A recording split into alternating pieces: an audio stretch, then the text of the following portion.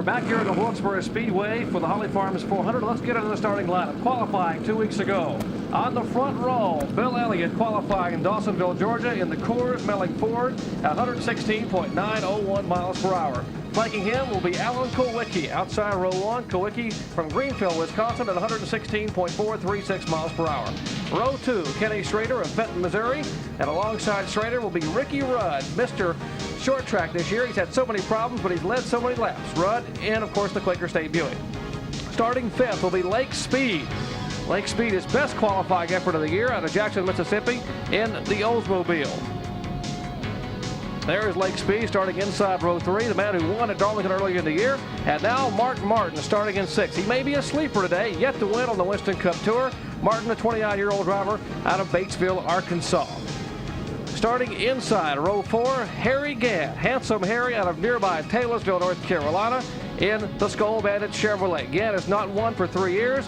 Would like to get it today. Jeff Bodine outside row 4 in the Levi Garrett Chevrolet. Bodine from Chemung, New York. Terry Labonte, possibly one of the favorites here, driving the Junior Johnson Chevrolet. Labonte from Corpus Christi, Texas, will start inside row 5. And rounding out the top 10, Phil Parsons, younger brother of Benny Parsons from Detroit, Michigan, and of course, the Skull Chevrolet. Phil Parsons will start in 10th spot. 11th is Neil Bonnet from Bessemer, Alabama, in the Raymock Valvoline Pontiac. And alongside him, Rusty Wallace, the man currently second in the point standings, will start 12th from St. Louis, Missouri.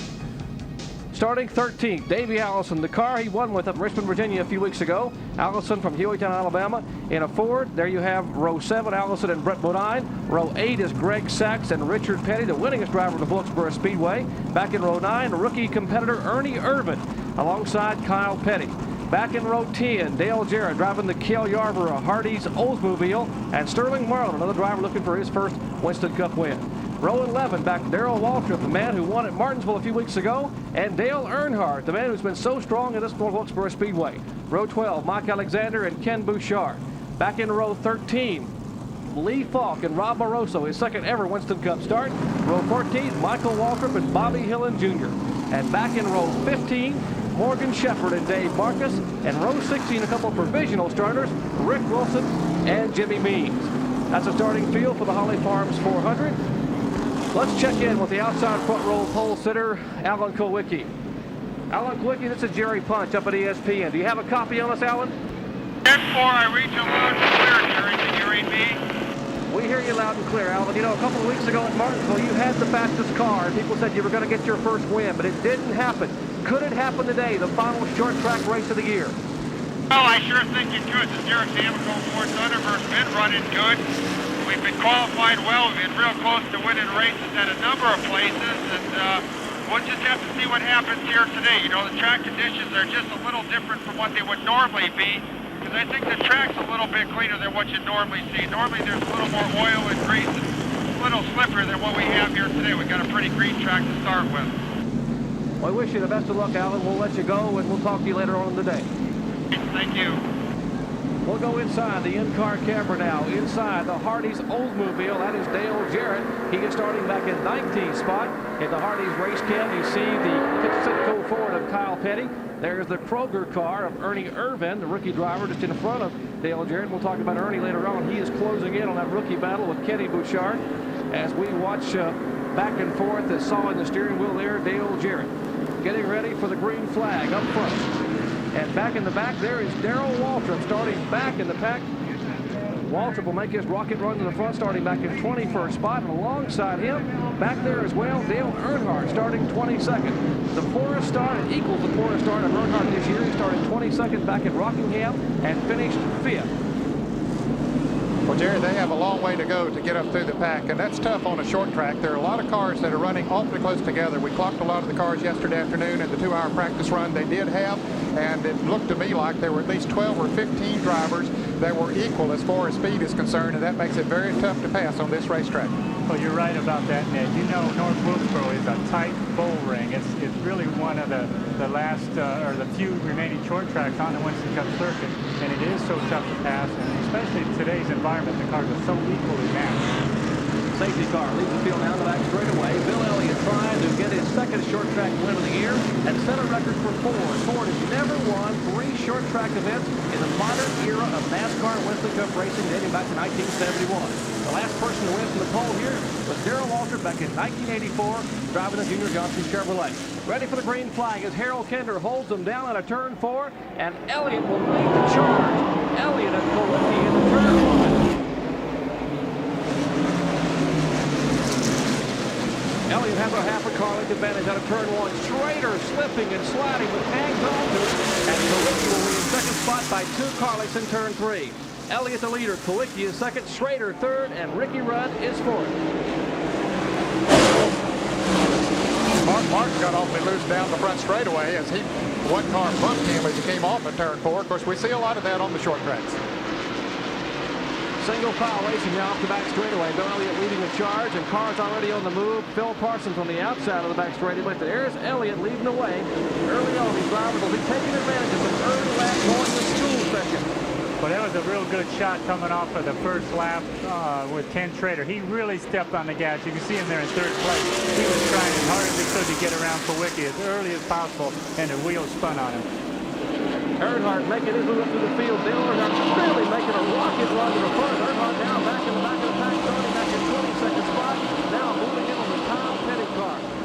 Look at the jump Dale Earnhardt got on Darrell Waltrip. You know, they started side by side, and Dale Earnhardt is, what, 4 or 5, maybe 6 positions ahead of Yeah, he Darrell moved Waltrip. up in there. He moves around Kyle Petty, just passes him with ease. Earnhardt jumped up to the outside on the first couple of laps, and Waltrip got boxed in behind a couple of cars down on the inside and just couldn't get away. But Earnhardt gambled a little bit, went on the outside, and it has really paid off for him as he's picking off positions. That's Earnhardt currently being shown in 16th spot, just back there behind the Greg Sachs car. Sachs driving for Buddy Baker in the Red Baron Oldsmobile. And meanwhile, you know, Darrell Waltrip being caught back in heavy traffic back in the field, and a lot of traffic back where Waltrip is. There's Earnhardt now making a move on the inside of Greg Sachs, and Sachs will slam the door down in turn 1. Well, Earnhardt certainly is not driving conservative here in the first part of the race. Of course, he's an aggressive race driver, but you would not know that he's running for points as aggressive as he's driving here early. But he knows that he has a race car that'll work and that can get up front, and he's going to try to put it there. Well, you know, Dale Earnhardt, after having that wreck last week at Charlotte, he's really going to have to try hard to make up the lost points.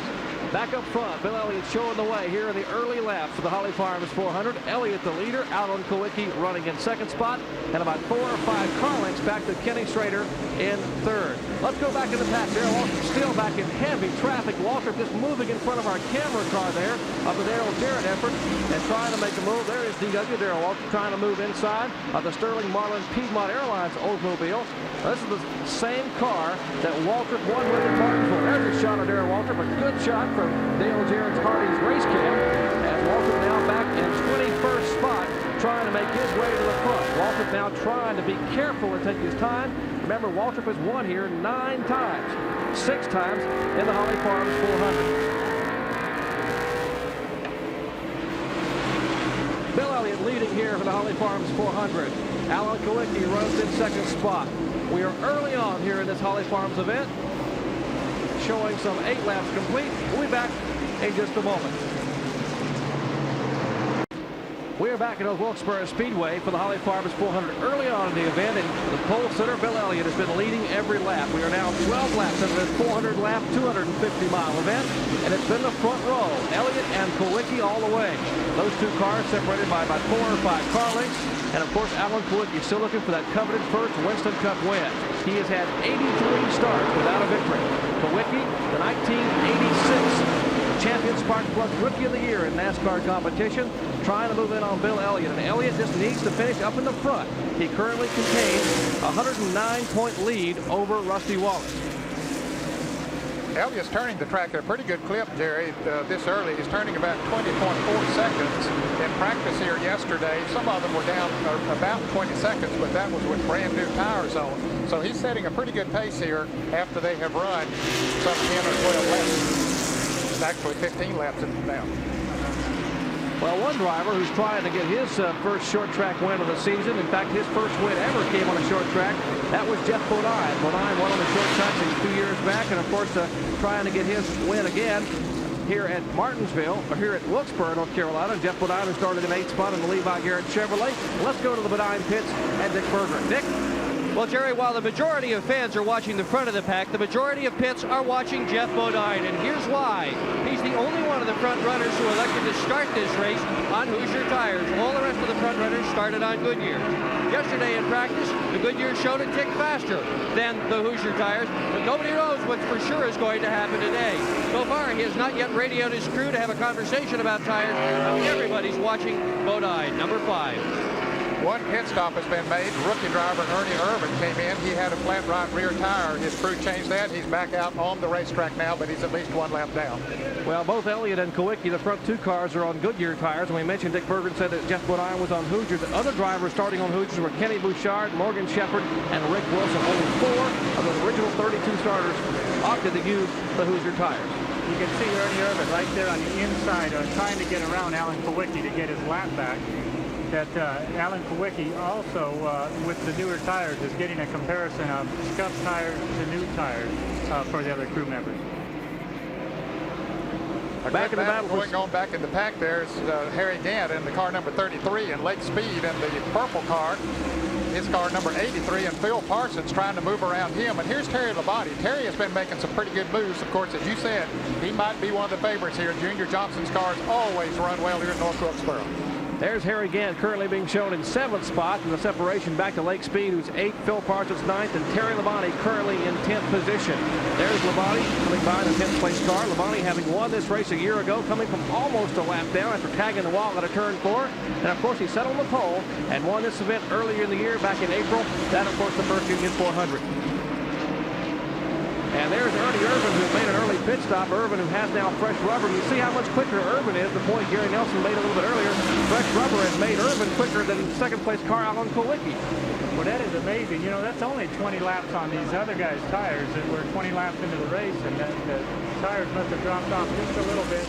Ernie Irvin got new tires on his car, and he's that much quicker, but that should even out in a few laps. Then there was a lot of concern about tire wear here. And people thought possibly in the garage area that if it was a warm day, and it's over 70 degrees here today, and we had the rain, it washed all the rubber off the track, that maybe the Hoosier tires would come into bearing a little bit. But everyone still opted to go with Goodyear's, essentially. Well, most of them, in fact, all of them did qualify on Goodyear tires, excepting Jeff Bodine, as Dick Berger pointed out. Now, a couple of the drivers, Morgan Shepherd and Rick Wilson, who were starting near the rear of the pack, opted to go with the Hoosier tires and go to the rear of the pack, but they were already back there anyway, so it didn't hurt them that much. It will be interesting to see how it goes as the race goes on. But you can see a lot of these cars, the 11 car of Terry Labonte, the 83 car, and the 27, the 6 car, all together right there, are all sliding a little bit in the turn. Especially the 11 car. You can almost see the back end getting loose on it. Right here's a good shot. We'll see if he slides again. Well, he got a little better traction through that turn, but he has had a lot of problems getting a little bit of grip. Terry Labonte driving for the veteran Junior Johnson. Junior has won here more than any other car owner 18 times. And of course, Labonte driving the Budweiser Chevrolet. And we asked Terry Labonte, you know, about driving for Junior all these years. There's so much pressure to win here at Wilkesboro. Does it put a lot of extra pressure on you as a driver? Yeah, I guess it does in a way. You know, I finished up here behind his cars before I got to drive them, and I always wondered how they could beat you. And then the past couple of races up here in Junior's cars, you know, we've been fortunate enough to win the races. And it's actually a little bit easier driving them than trying to chase them, I'll tell you. Back up front, Bill Elliott. There's Elliott now. Ernie Irvin, the young driver from Salinas, California, who moved back east, currently locked in a tight rookie point battle with Kenny Bouchard. Irvin now 9 points back of Bouchard, and Irvin getting a lot of experience and showing he is some kind of driver on the short track here, running inside Bill Elliott. Well, he's 2 laps down. He's trying to get one of those back as Michael Waltrip comes into pits for an unscheduled pit stop, and Elliott about to come into some very heavy traffic. And now the car number 7 of Alan Kowicki has caught Bill Elliott as Ernie Irvin races him, trying to get one of his laps back. And a battle back for 5th spot, Dad, between Kenny Schrader and the Harry Gant car. Schrader, the 25 car, back in the pack, and Gant, as those cars battle back and forth. Irvin still on the inside of the Bill Elliott car. And now Elliott's tires trying to take a hold. Irvin down on the bottom of the racetrack. Bill's having a tough time up in that second groove. a car really has to handle well here in North Wilkesboro, especially early in the race. Now, most of the time we see the cars move, the groove moves up as the race goes on, but he's having to run up there a little bit earlier than he wanted to, and that's really putting a strain on him. Well, you know, with Bill Elliott, he being in the points like he is, he has to be careful at this point in the race. He's leading the race, and that feels good, but he's going to give the lap traffic just a little more room, I think, than he would if he was, say, 10th in points right now. So being the point leader makes you approach the lapping the traffic a little bit differently than, say, an Alan Kowicki who's right behind him. Moving around, Jimmy Means in the car number 90, the Bullseye Barbecue car. Now going by the Bob Whitcomb Racing efforts, the TRW machine for Kenny Bouchard, the current rookie leader, point leader. Trying to hang on. A lot of concern about tire wear. Now, they can go about 140 or 50 laps net on fuel, but tires is the primary concern. Yeah, I doubt if we'll see them go that far today, Jerry, before they'll come in, before the tires will start slipping and sliding over the track. And look, Ricky Rudd in the green, number 26, has caught the front runners. Rudd started back where in the 4th position, but he dropped back pretty good on the start of the race, but he since has run down Bill Elliott and Alan Kowicki. So Rudd might be the fastest car on the racetrack right now. You know, Rudd has had he has the dubious distinction of leading in the category of engine failures this year. And of course, if they had not had engine failures, Rudd would have possibly won more than he already has. Of course, he won at Watkins Glen on ESPN, and on the short tracks, he's been extremely strong. Had the race at Martinsville been a 400 lapper, he would have won it. Of course, he had engine trouble just past 400 laps, and Rudd now lost in heavy traffic there trying to get around some of the slower cars, and he's pulled on the rear deck of Alan Kowicki. On the 7 short track events, Rudd has only finished twice. Both times he finished second at Wilkesboro here back in the spring, and at Richmond. He has had 4 engine failures and 1 wreck, but I think that'll change next year for Rudd because they have a big addition to that team. Yes, Lou LaRosa, who has been the chief engine builder for Richard Childers and the Goodwrench team that Dale Earnhardt drives for, is now working for the Quaker State team of Kenny Burns' team that Rudd drives for. Ricky Rudd looking for his first ever win here in the Wilkesboro Speedway. His best finish in the past has been a second twice was mentioned here. He finished second to Dale Earnhardt back in 1986 in the spring event, and of course finished second here in the spring of this year to Terry Labonte. Bill Elliott leads here in the Wilkesboro Speedway. Alan Kowicki running in second spot. There is Rudd in third, and Rudd hangs on. There's Ricky Rudd. 3 short track career wins. His only win of the season this year coming, of course, on the road course at Watkins Glen. And now, Jerry, we begin to see the yellow car of Jeff Bodine come into the picture. He's running in the 4th position. Jeff started back in the 8th position. We wonder if those Hoosier tires that he has on are beginning to come in. It's almost as if Jeff's running a higher line. I saw it on that last shot. Jeff was almost a little bit higher than Ricky Rudd or Alan Kowicki in front of him. Jeff knows his way around this racetrack. He gets around here pretty good. We'll have to keep an eye on him and see if he can stay up front all afternoon.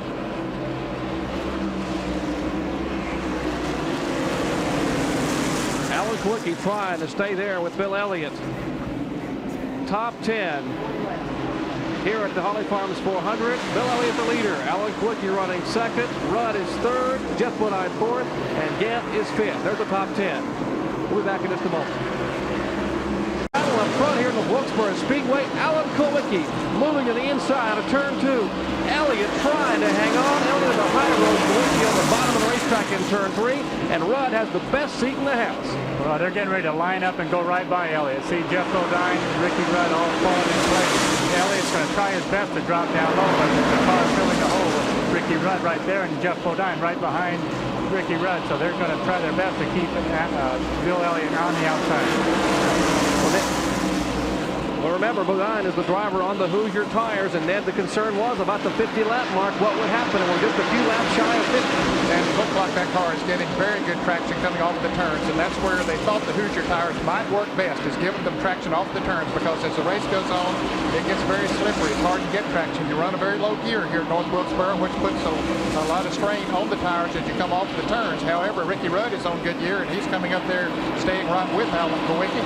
So I guess it depends on how you have your race car set up. Boy, they lined up and went right by Bill Elliott. He's in 5th position. In 1 lap time, he went from 1st to 5th.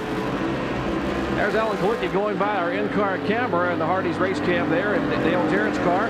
Alan Kowicki in the car number 7, the ZRX4. He's being pursued by the 26 car, of course, which may be the quickest car on the racetrack right now because just Got a lot of horsepower off the corners. That, of course, is Rudd, and you just see Rudd coming in your picture there, and Dale Jarrett trying to hang on inside the front, but Rudd will really push that throttle in and shoot by Jarrett down that back stretch. And here's Harry Gant coming into the picture also. Car number 33 that's on the outside of Dale Jarrett there at the moment. Gant is currently running in the 4th position. He has moved around Bill Elliott and has caught that front running pack. Gant starting back in the 7th position, worked his way up now to 4th, and he really likes this racetrack. In fact, his last win came here at North Wilkesboro, I believe. Exactly 3 years ago, Harry Gant's last win came in the Holly Farms 400 in 1985. Field thundering by the start-finish line. That's the view that Harold Kendler gets when they come by as he watches the field with those yellow and green flags up there. And the car number 33 now trying to make a move inside of Jeff Bodine. That's Bodine now on the high side and Gant on the inside, and Gant jumps back in the throttle and will have the advantage coming out of turn 4. Gant, who lives some 15 miles away down the road here in Taylorville, North Carolina. This has to be Harry's home track. He ran a lot of the short track days here. He's driven modified cars here. And of course, he likes the racetrack. We mentioned then that Gant's last win was 82 races ago right here in 1985. And boy, would he like to rectify that. Of course, he'll be leaving this team, which is headed up by Travis Carter and owned by Hal Needham at the end of this year, and will go with a new team that Leo Jackson will head up. So he certainly would like to give them a victory before he leaves the team, because they've really had some tough luck the last couple of years. And of course, that team is for sale. We understand that Hal Needham has the car number 33 team, the Skull Bandit team, for sale, and crew chief Travis Carter is trying to buy it. We understand the price tag is about $1.2 million. And Gary, you'll take your check from the day and go buy it, probably. Well, yeah, I could write a check for that. I just hope the guy wouldn't take it to the bank. Oh, a lot of driver changes coming up through next year, and a lot of sponsor changes, and we will tell you what's going to happen later on. That was Harry Gant there. Let's go back up front. Alan Kowicki now trying to hang on, and Ricky Rudd sitting there looking at that big red and white Z-Rex bumper. And now Rudd says, I'm tired of watching that bumper. I'm going to make a move, and Kowicki says, nope, not now, not a turn 2. They did bump a little bit as they came off of that turn. Rudd got a nose under it, but just couldn't make it stick. Allen's car working pretty good down on the inside. He slips up a little bit as he comes off of the turn, but so does Rudd's. Alan Kowicki has to be a sentimental favorite to get that first Winston Cup win. A lot of people think if he's going to get it, it'll come on the short tracks. Now, we're not disparaging at all his Winston Cup Super Speedway experience, but he is awfully strong in the short tracks. And many believe he should have won at Martinsville.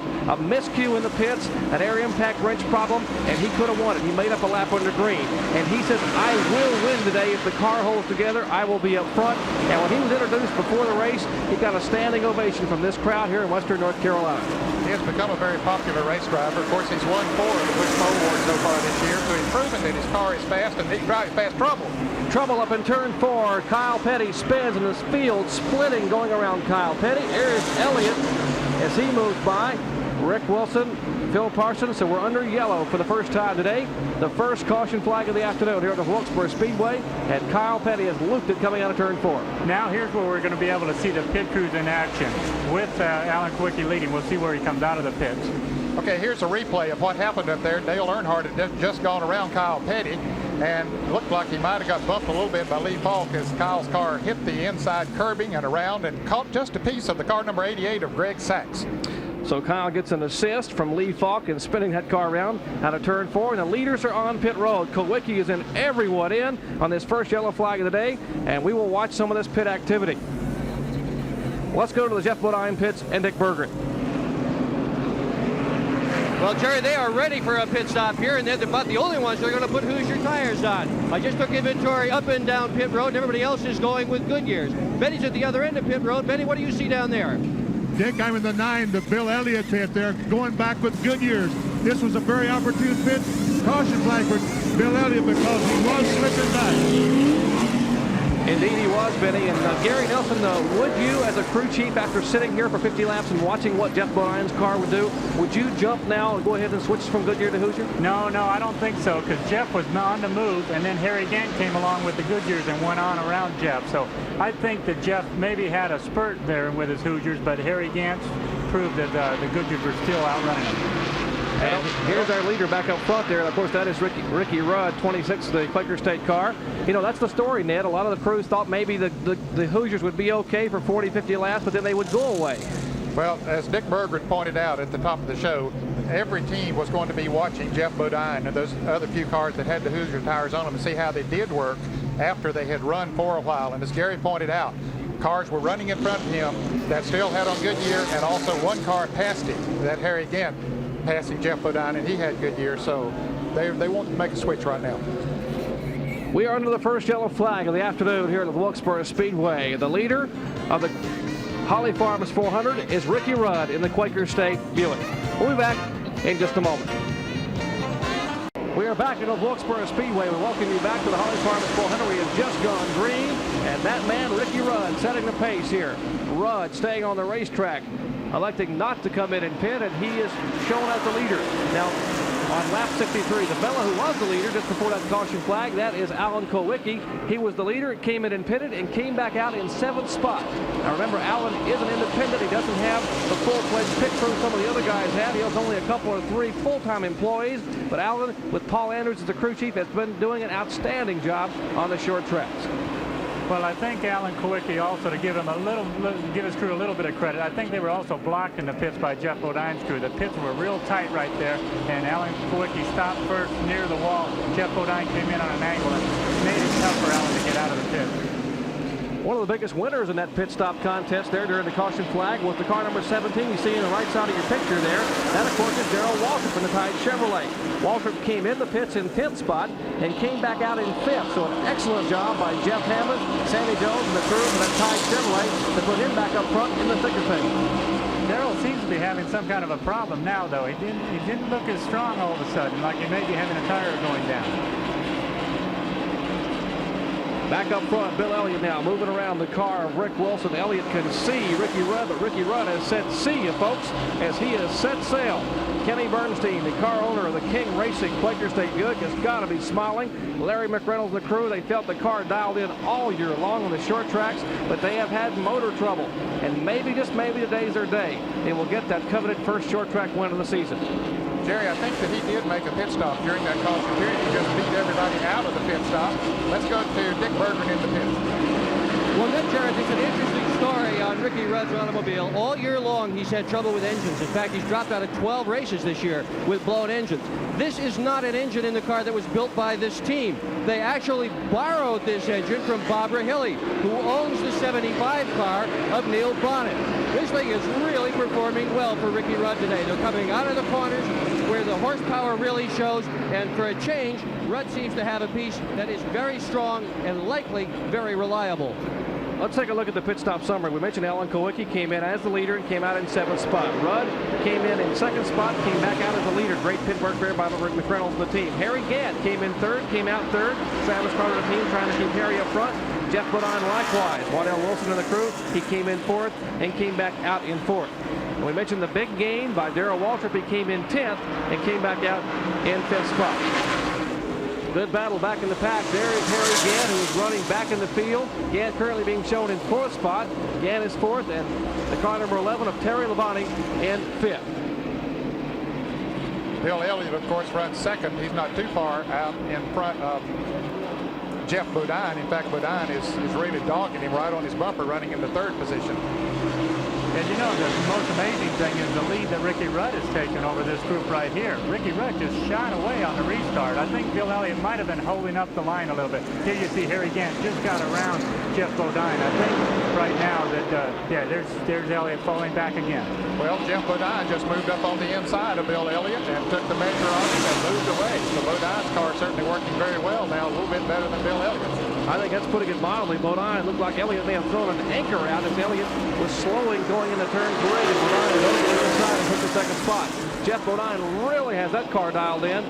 As we may see, is there possibly a problem with the Elliott machine? He doesn't look as quick as he was early on. Let's go down to Benny Parsons in the Bill Elliott pit with Ernie Elliott. Benny? Jerry, I'm down with Ernie. Does Bill have a problem right now? Well, right now, Benny, the tire steiger's off just a bit. We're trying to adjust it. We made a change on the first stop, but it was just not enough, so we're going to adjust it the next time, and I think it'll be fine. Has he said anything since the last green? No, he just said steiger was still off a bit. Okay, no problem.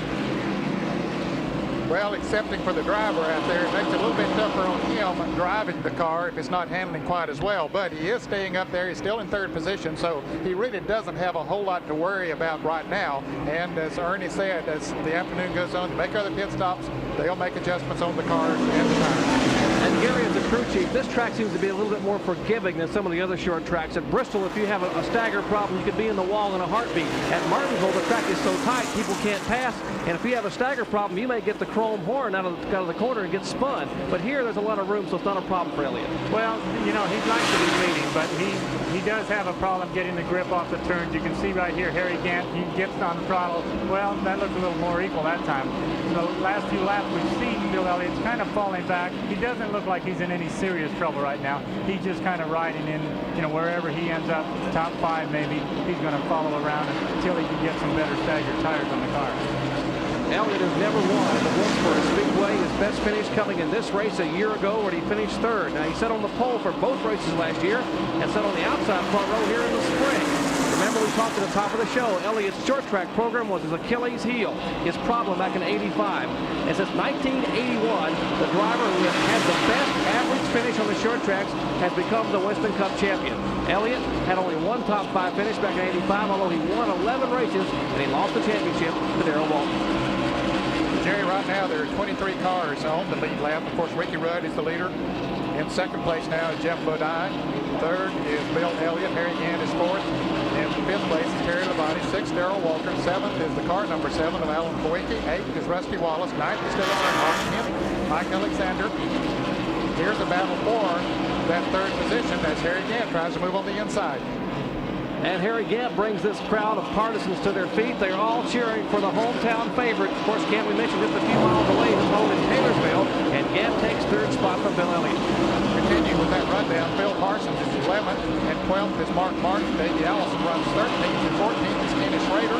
Lake Speed is 15th, 16th is Brett Bodine, 17th Greg Sachs. Sterling Marlin is 18th, Morgan Shepherd 19th, Neil Bonnet 20th, and 21st is the car number 8 of Bobby Hill. Richard Benson 22nd. All of those cars in the lead lap, and so is Rob Moroso in 23rd. Well, Ned, we'll show the fans at home the top 15 as we continue here for the Holly Farms 400 here at the Wilkesboro Speedway, the 26th event of what is a 29-race season worth $18 million. Of course, the leader, there he is, car number 26, Ricky Rudd. Jeff Bodine is second, Gant is third, Elliott fourth, Labonte is fifth.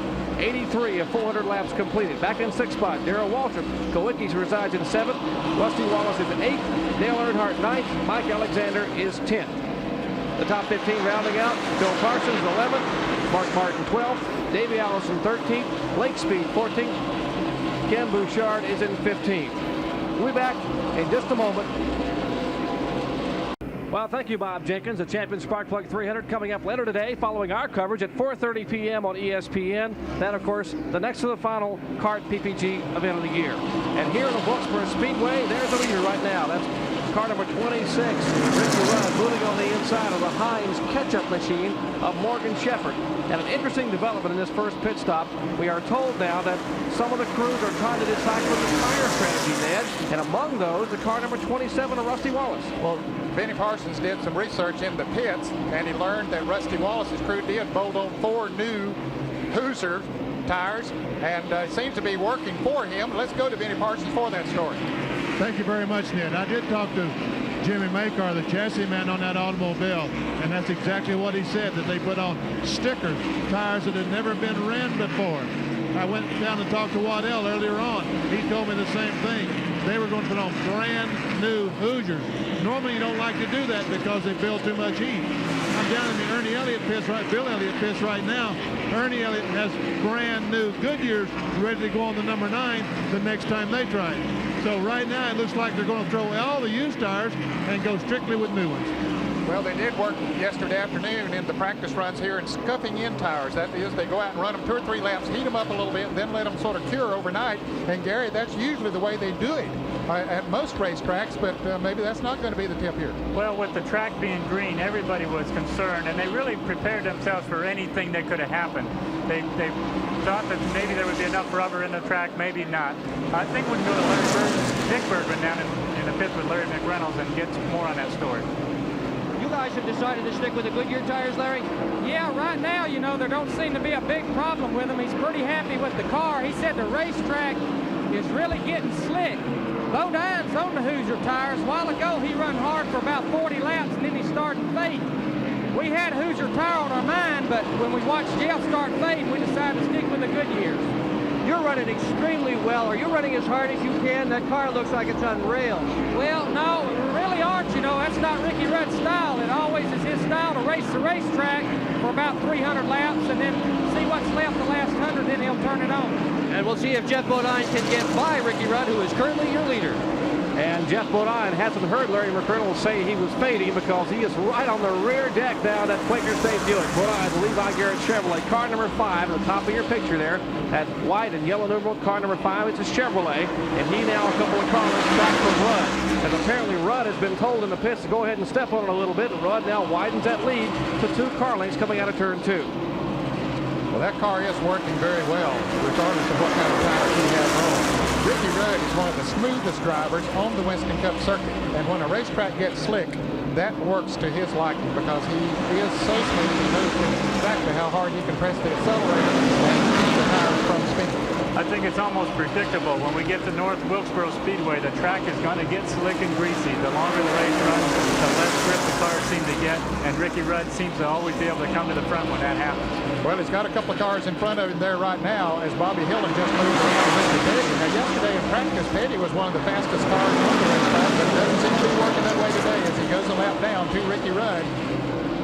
Rudd just picking off wherever he can. Richard Petty, the winningest driver in the history of this North Wilkesboro Speedway, having won 15 times, now being cranked a lap down and trying to stay in front of Rudd as Bobby Hillin Jr. flashes by. And back in the battle, a battle there between Terry Labonte and Alan Kowicki. That's a battle for 5th spot. Labonte in the car number 11, the Budweiser Chevrolet. Kowicki in the car number 7. And Kowicki there, also there, of course, the 27 of Rusty Wallace. So Wallace has those sticker Hoosier tires, and he is in the thick of that battle back for 5th spot. This tire seemed to work well for him just after the green flag came out, Jerry. He moved up through the pack pretty quick, but once he caught this pack of cars, then it was a little bit slower in being able to get around him.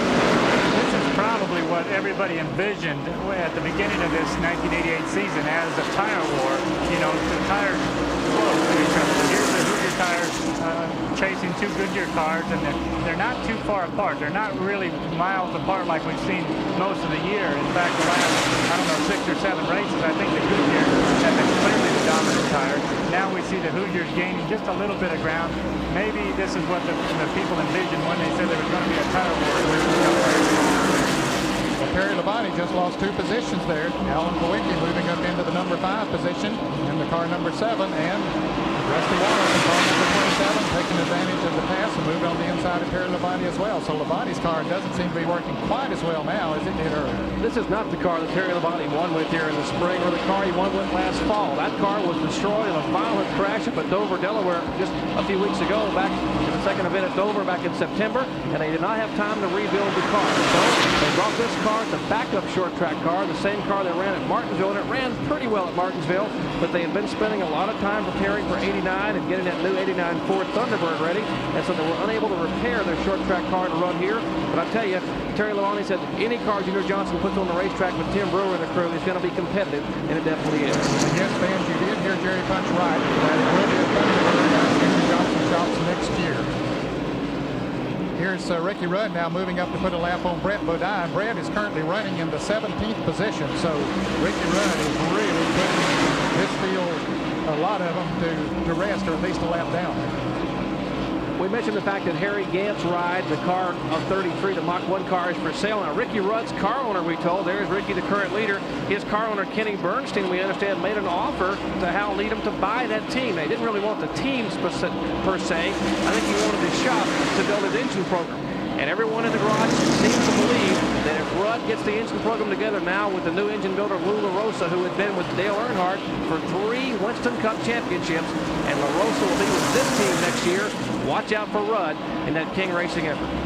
But you see Ricky Rudd and Jeff Bodine in a little bit of a predicament here. The cars that are being allowed are supposed to move to the inside and let the leaders go around on the outside. So here's Ricky Rudd with one car trying to move the inside of Michael Waltrip. Ricky Rudd needs to go around him on the outside, but now he goes Mike Walter for the Country Time Lemonade Pontiac up in turn 3, and now Rudd will go to the inside, and he will take Jeff Bodine with him as they have now gone by, of course, Brett Bodine and Bobby Hillen.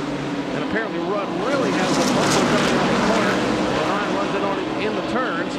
Rudd just pumps that throttle and just pulls him by 2 or 3 carlings coming down the straightaway. He's getting good traction off the turn, and that is the key on the short track. He's getting good traction off the turn. Now you see a couple of cars up in front of him. Mark Martin is the next car. Martin's running in the 16th position. Car number 2 made an unscheduled pit stop earlier, so he was a couple laps down. And contact there as Rudd's car just gets a little bit loose, and Bodine has to get on the binders. Ricky Rudd gathers it back in, but now Bodine will have lost a number of spots back to Ricky Rudd, about 6 car lengths separating those 2 cars. And Rudd did a masterful job of keeping that car from spinning. Oh, that was a close one. You see the big dent on the front of Jeff Bodine's right front fender where he hit the back of Ricky Rudd's car. That was a great job of driving by. You can see him waving, giving Jeff Bodine hand signal. Stay back a little bit. And Rudd has nowhere to go. Those cars running side by side now. Mark Martin finally gets around the car number 2, and that does give Ricky a groove to run in for several laps. He simply has nowhere to go. He's just in there figuring which one of those drivers is going past the other one first. As it turned out, Mark Martin followed the right guy. Mark Martin in the car number 6 there, the Strode Light Ford. That was Jack Roush stable. Martin's surprised. He qualified 6th, and many thought he'd be a contender for the pole, but they put fresh tires on the car and slipped and slide during qualifying. And now he's left early on here. Somewhat of a surprise. Young Mark Martin, a good short track driver. He has a lot of short track experience, a lot of winning short track experience in the Midwest and ASA ARCO competition.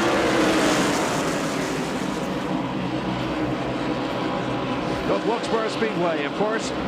Car number 26, Ricky Rudd leads. We are 115 laps in the Holly Farms 400. Here are the leaders back at North Wilkesboro Speedway. I'm Jerry Punch, along with Ned Jarrett and Gary Nelson, and the pit crew down there, of course, Dick Bergman and Benny Parsons. Let's take a look, Ned, and see what happened a few laps back in turn 1. Well, as Ricky Rudd was coming up to lap the car number 6 of Mark Martin and the car number 2, you can see that Jeff Bodine got into him just a little bit, got them both crossways a little bit, but they both backed out and got themselves in good shape and continued on. Now they're putting a lap on Lake Speed, and Lake is currently shown in the 14th position.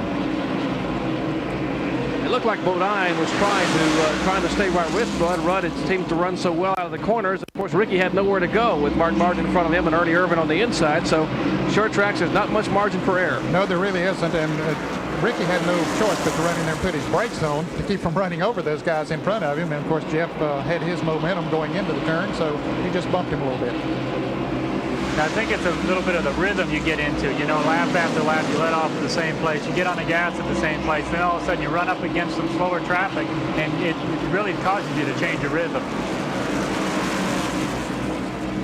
Moving in on the Ken Bouchard car, the car number 10. Bouchard, one of the drivers from up in Massachusetts, running for Rookie of the Year. His older brother, Ronnie Bouchard, of course, who ran so well and won at Talladega a few years ago before retiring from Winston Cup competition.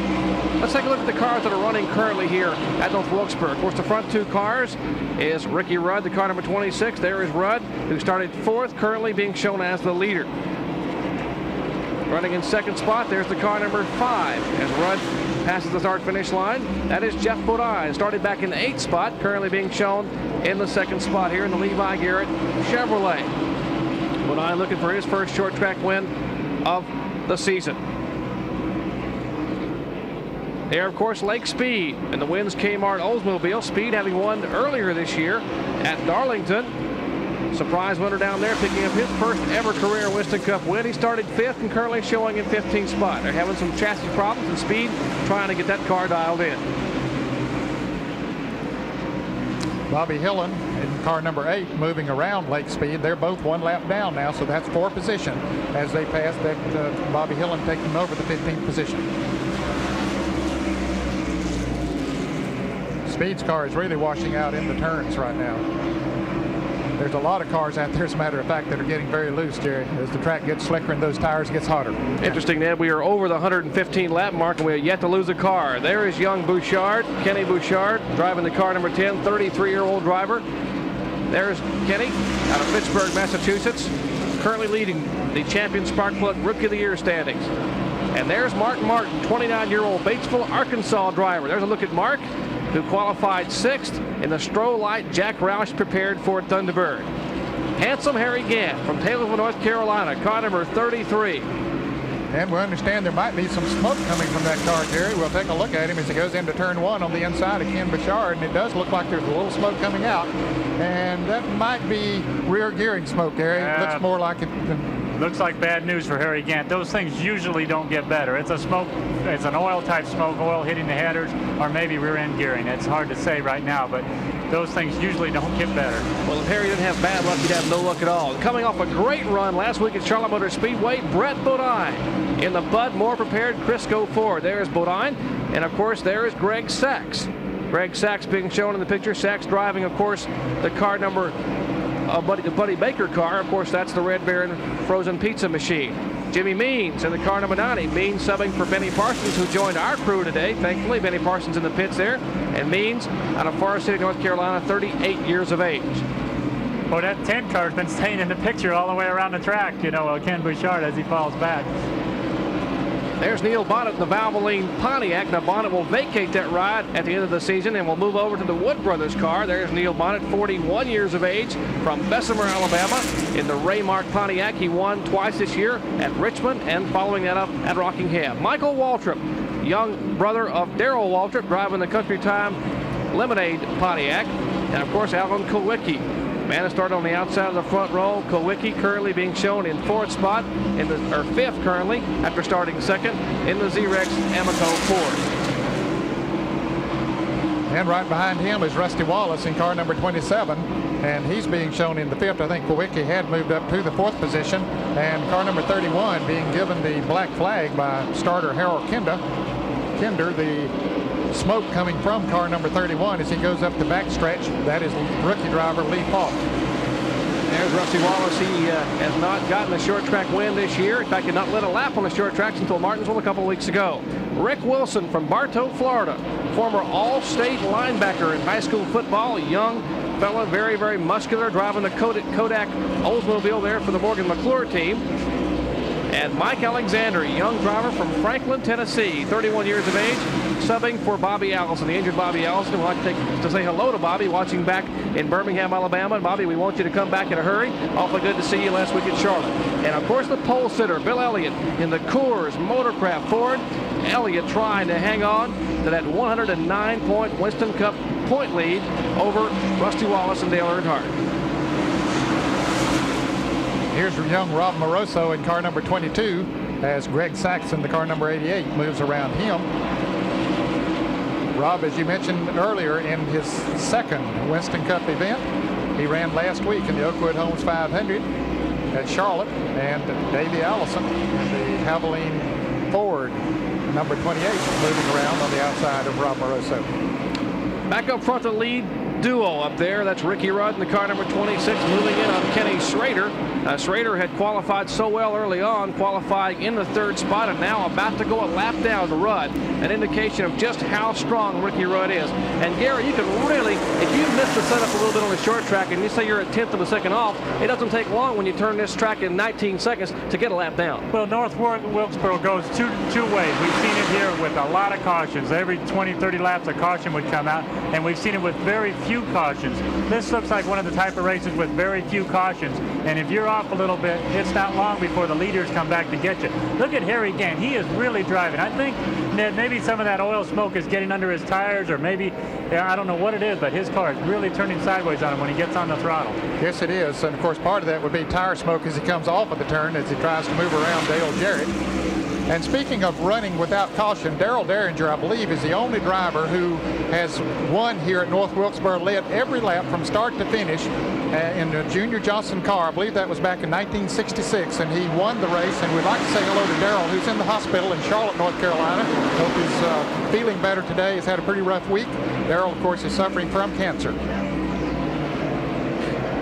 There are the front 2 cars, Ricky Rudd, of course, and Jeff Bodine, moving back in the pack as they are working up on the Dave Marcus car, Marcus's shop. And the car number 9, that is Bill Elliott, back in the field, moving around the Kenny Bouchard machine.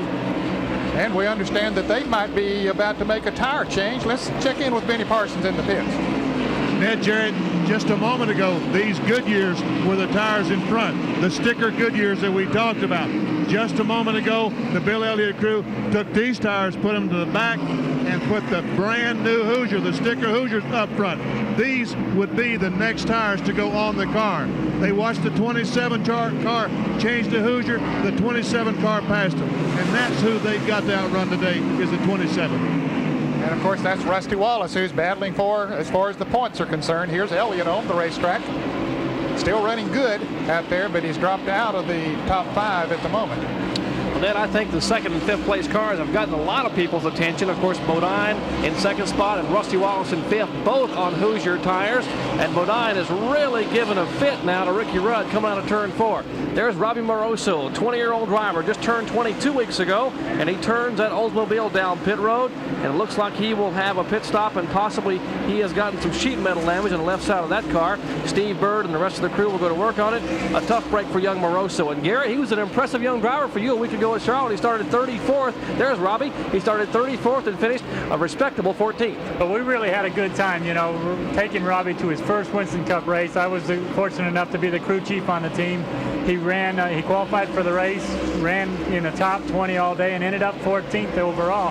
We were really proud of Robbie. So now this is his second race, but he looks like he has mechanical problems. And remember last week, he also won his first ever Super Speedway event in the Busch Grand National car in Charlotte, out-dueling Jeff Bodine those final few laps to take that victory. So again, an impressive performance last weekend at Charlotte, both Saturday and Sunday, for young Rob Moroso. Jerry, right now there are 12 drivers on the lead lap. And we understand that Dick Berggren has some news on why Harry Gant is smoking.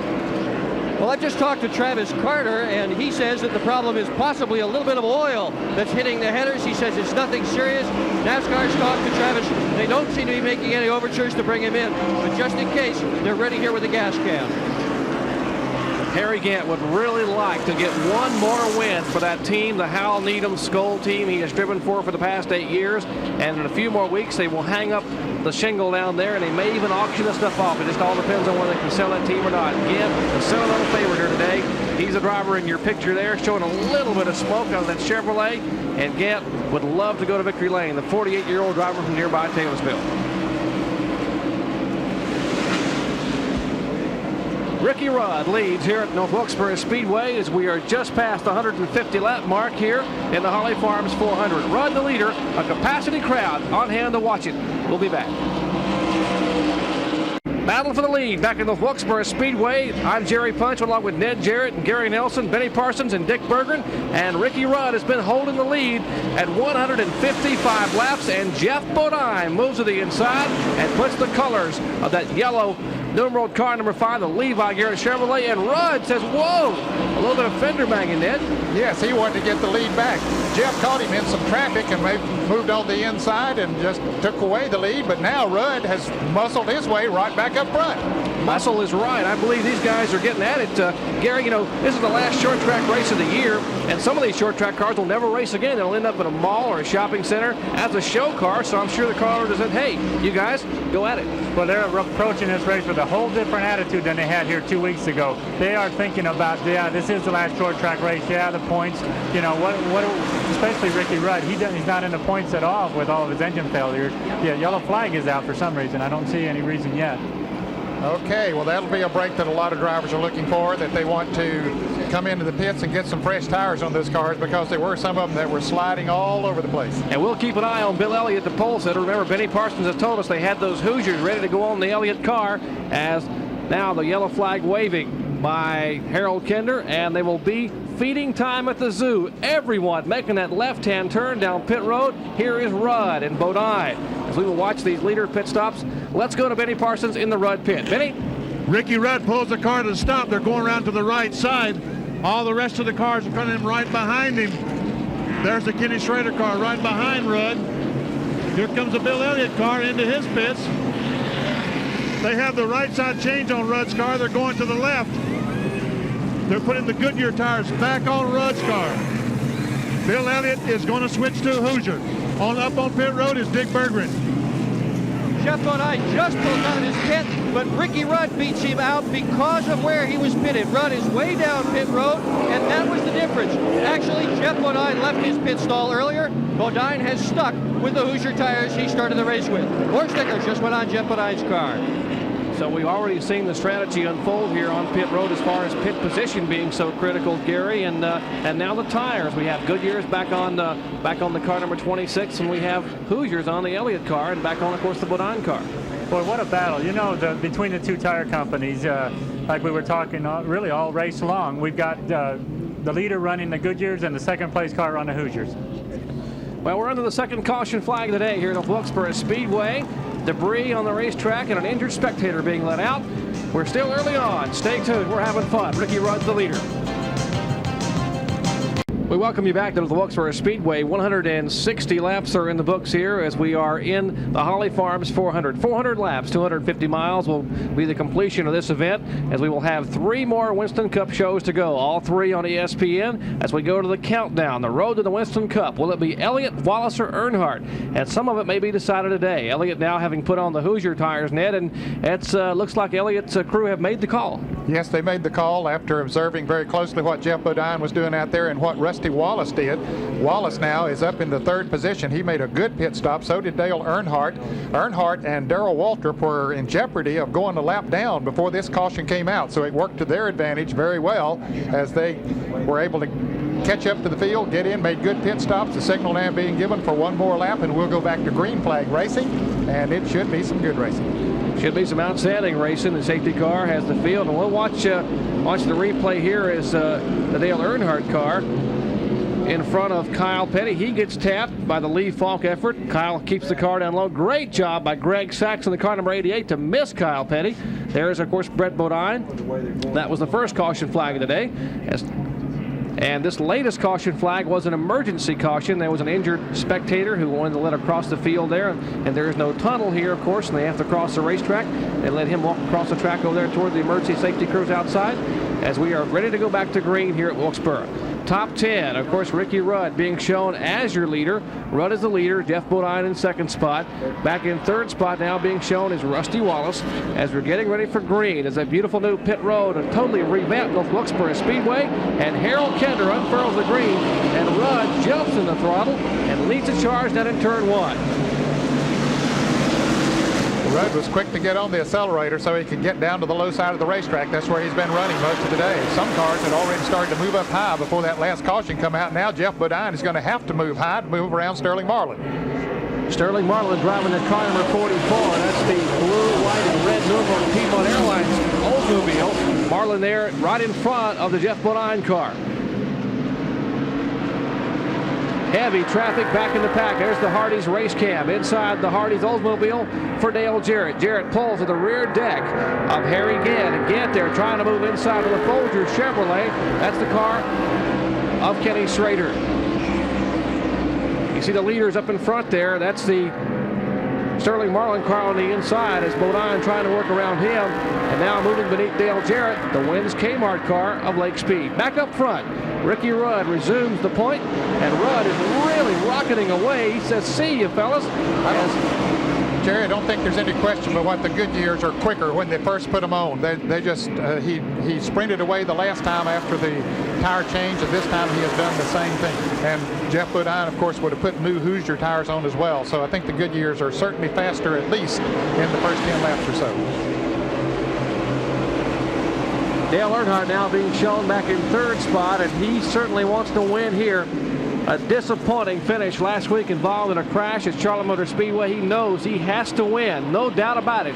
Earnhardt has to win here and the remainder of the season to have a shot at that 4th Winston Cup championship. You know, also Dale Earnhardt right here on the screen and Rusty Wallace right behind him haven't led a lap yet this race. You know, the leaders have been Alan Kowicki and Ricky Rudd and Jeff Bodine just for an instant. So these guys are looking for that 5-point extra bonus if they can lead any lap. And obviously they'd like to lead the last one, but any of them, anywhere along in here would do a lot, put them a lot more at ease. And of course, Bill Elliott did lead in the early part of the race, so he does have that 5 bonus points. So already working from somewhat of a disadvantage are Earnhardt and Wallace. They know that Elliott has led a lap. and Earnhardt says, I've got to catch him and lead. Earnhardt now really starting to flex the muscle a little bit. That team a little bit down last week after losing their engine builder, but they are a team effort, as Dale Earnhardt has tried to stress.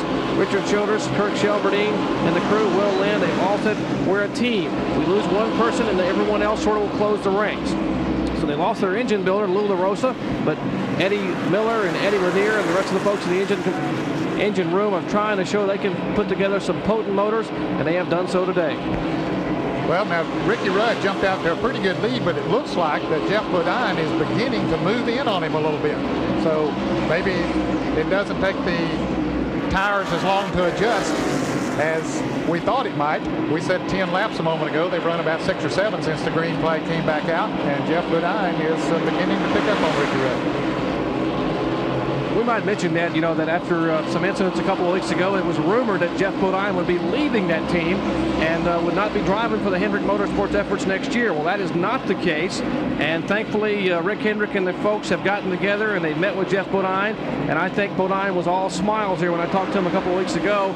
He had talked to Rick Hendrick and they had made a decision, of course, that he would like to stay on board with Waddell Wilson. They've got a great combination. They have run better and better as the weeks have gone on, and I think the run today is really a vote of confidence for Bodine by Rick Hendrick and their sponsors, Levi Garrett. Well, he certainly knows how to get around a short track, and he's really moving in on Ricky Rudd right now. 173 laps in the books, so it'll be 400 comprised of the Holly Farms 400 today from North Wilkesboro Speedway with the leader, Ricky Rudd. Jeff Bodine second. We'll be back. Lead twosome up front back at North Wilkesboro Speedway. They remain the same. 31-year-old Ricky Rudd from Chesapeake, Virginia. We are 178 laps complete here, and running second as the car spins around. Richard Petty has been riding up on that outside groove, just rim riding on the outside groove, up near the wall, has looped that car up out of turn 4 as the field now passing in review down on the bottom. Let's take a look and see what happened, Ned. Okay. As he goes into turn 3, he's been running very, very high up on the racetrack. He got a little too high, got his tires out in the loose stuff, as they say, and it just spins around sideways. He didn't go all the way around. He was high enough on the racetrack that everybody else was able to get down on the inside and move around him. Well, caution for the third time today for that spin by the 7-time Winston Cup champion, Richard Petty. 50 years of age. There's a look at the Winston Cup champion, the king. Richard Petty loops it in turn 4, does a heck of a job to keep that STP Pontiac out of the wall. And Richard, of course, will fall back in line. And we are being shown the yellow flag. The safety car will pick up the field. And it looks like most of the cars will opt to stay on the racetrack. We've just had a caution a few laps ago, and everyone came in and pitted. Neil Bonnet will offer to come down pit road, as will the Mark Martin team and Brett Bodine. They will top off the Bonnet car and clean the windshield as some of the housekeeping being done in the pits. Well, you don't, when you're running near the back of the pack, you don't lose anything by coming into the pits and getting new tires and getting another run at it. The leaders, like you see Ricky Rudd and Jeff Bodine, if one were to pit and one stay out, you could be all the way to the back of the pack. Let's go to Benny Parsons now. Thank you very much, Gary. Richard Childress, Dale Earnhardt seems to be running much better than he was earlier on. Yeah, Benny, we're just working with a tire stagger now, trying to find a happy medium. The racetrack's changed around a whole lot, and I believe we're awful close now. But, we're trying to be easy with our left rear. You spin the car so much off corner, and that's where we're trying to get the stagger fixed for us. It's 1 lap to green. Right now, Earnhardt's running as well as anyone, isn't he? Yeah, time-wise he is, but Ricky Rudd looks awful strong. Okay, thank you. Jerry, this is the third caution of the day. The second one came out, we said the ambulance had to leave. That was for one of the crew members on the car number 31 that Lee Falk is driving. Jack Reed was injured when the jack fell during a pit stop, and so that was the reason that caution came out, caution number 2. Of course, here's Richard Petty going out of the pits in the STP Pontiac. He's the reason for caution number 3 when he spun up in turn 4. Let's check on pit road with Dick Berggren. Dick? Well, they're still working on Jeff Bodine's car here, trying to get the thing to exactly the condition they'd like to have it on. And each pit stop, they adjust ever so slightly with stagger. It's real close, isn't it, Waddell Wilson? Well, the car's still not 100%. We're still adjusting it and trying to get the tire stagger he wants and get the bite the way he wants it, because Ricky is really tough right now. Well, that's what everybody is saying. Ricky Rudd is the toughest car on the racetrack. These guys would like to beat him. Now is their time. The green flag is out. Well, Well, the green flag flies once again, and so does Ricky Rudd. Rudd seems to have the advantage when the green first comes back out while the tires are cool. Sterling Marlin now hanging on the inside. He is shown now in 13th spot, 1 lap down, and he is fighting for his life. He is trying to get that lap back. He's on the inside of the racetrack, but Rudd just has too much muscle coming out of turn 4.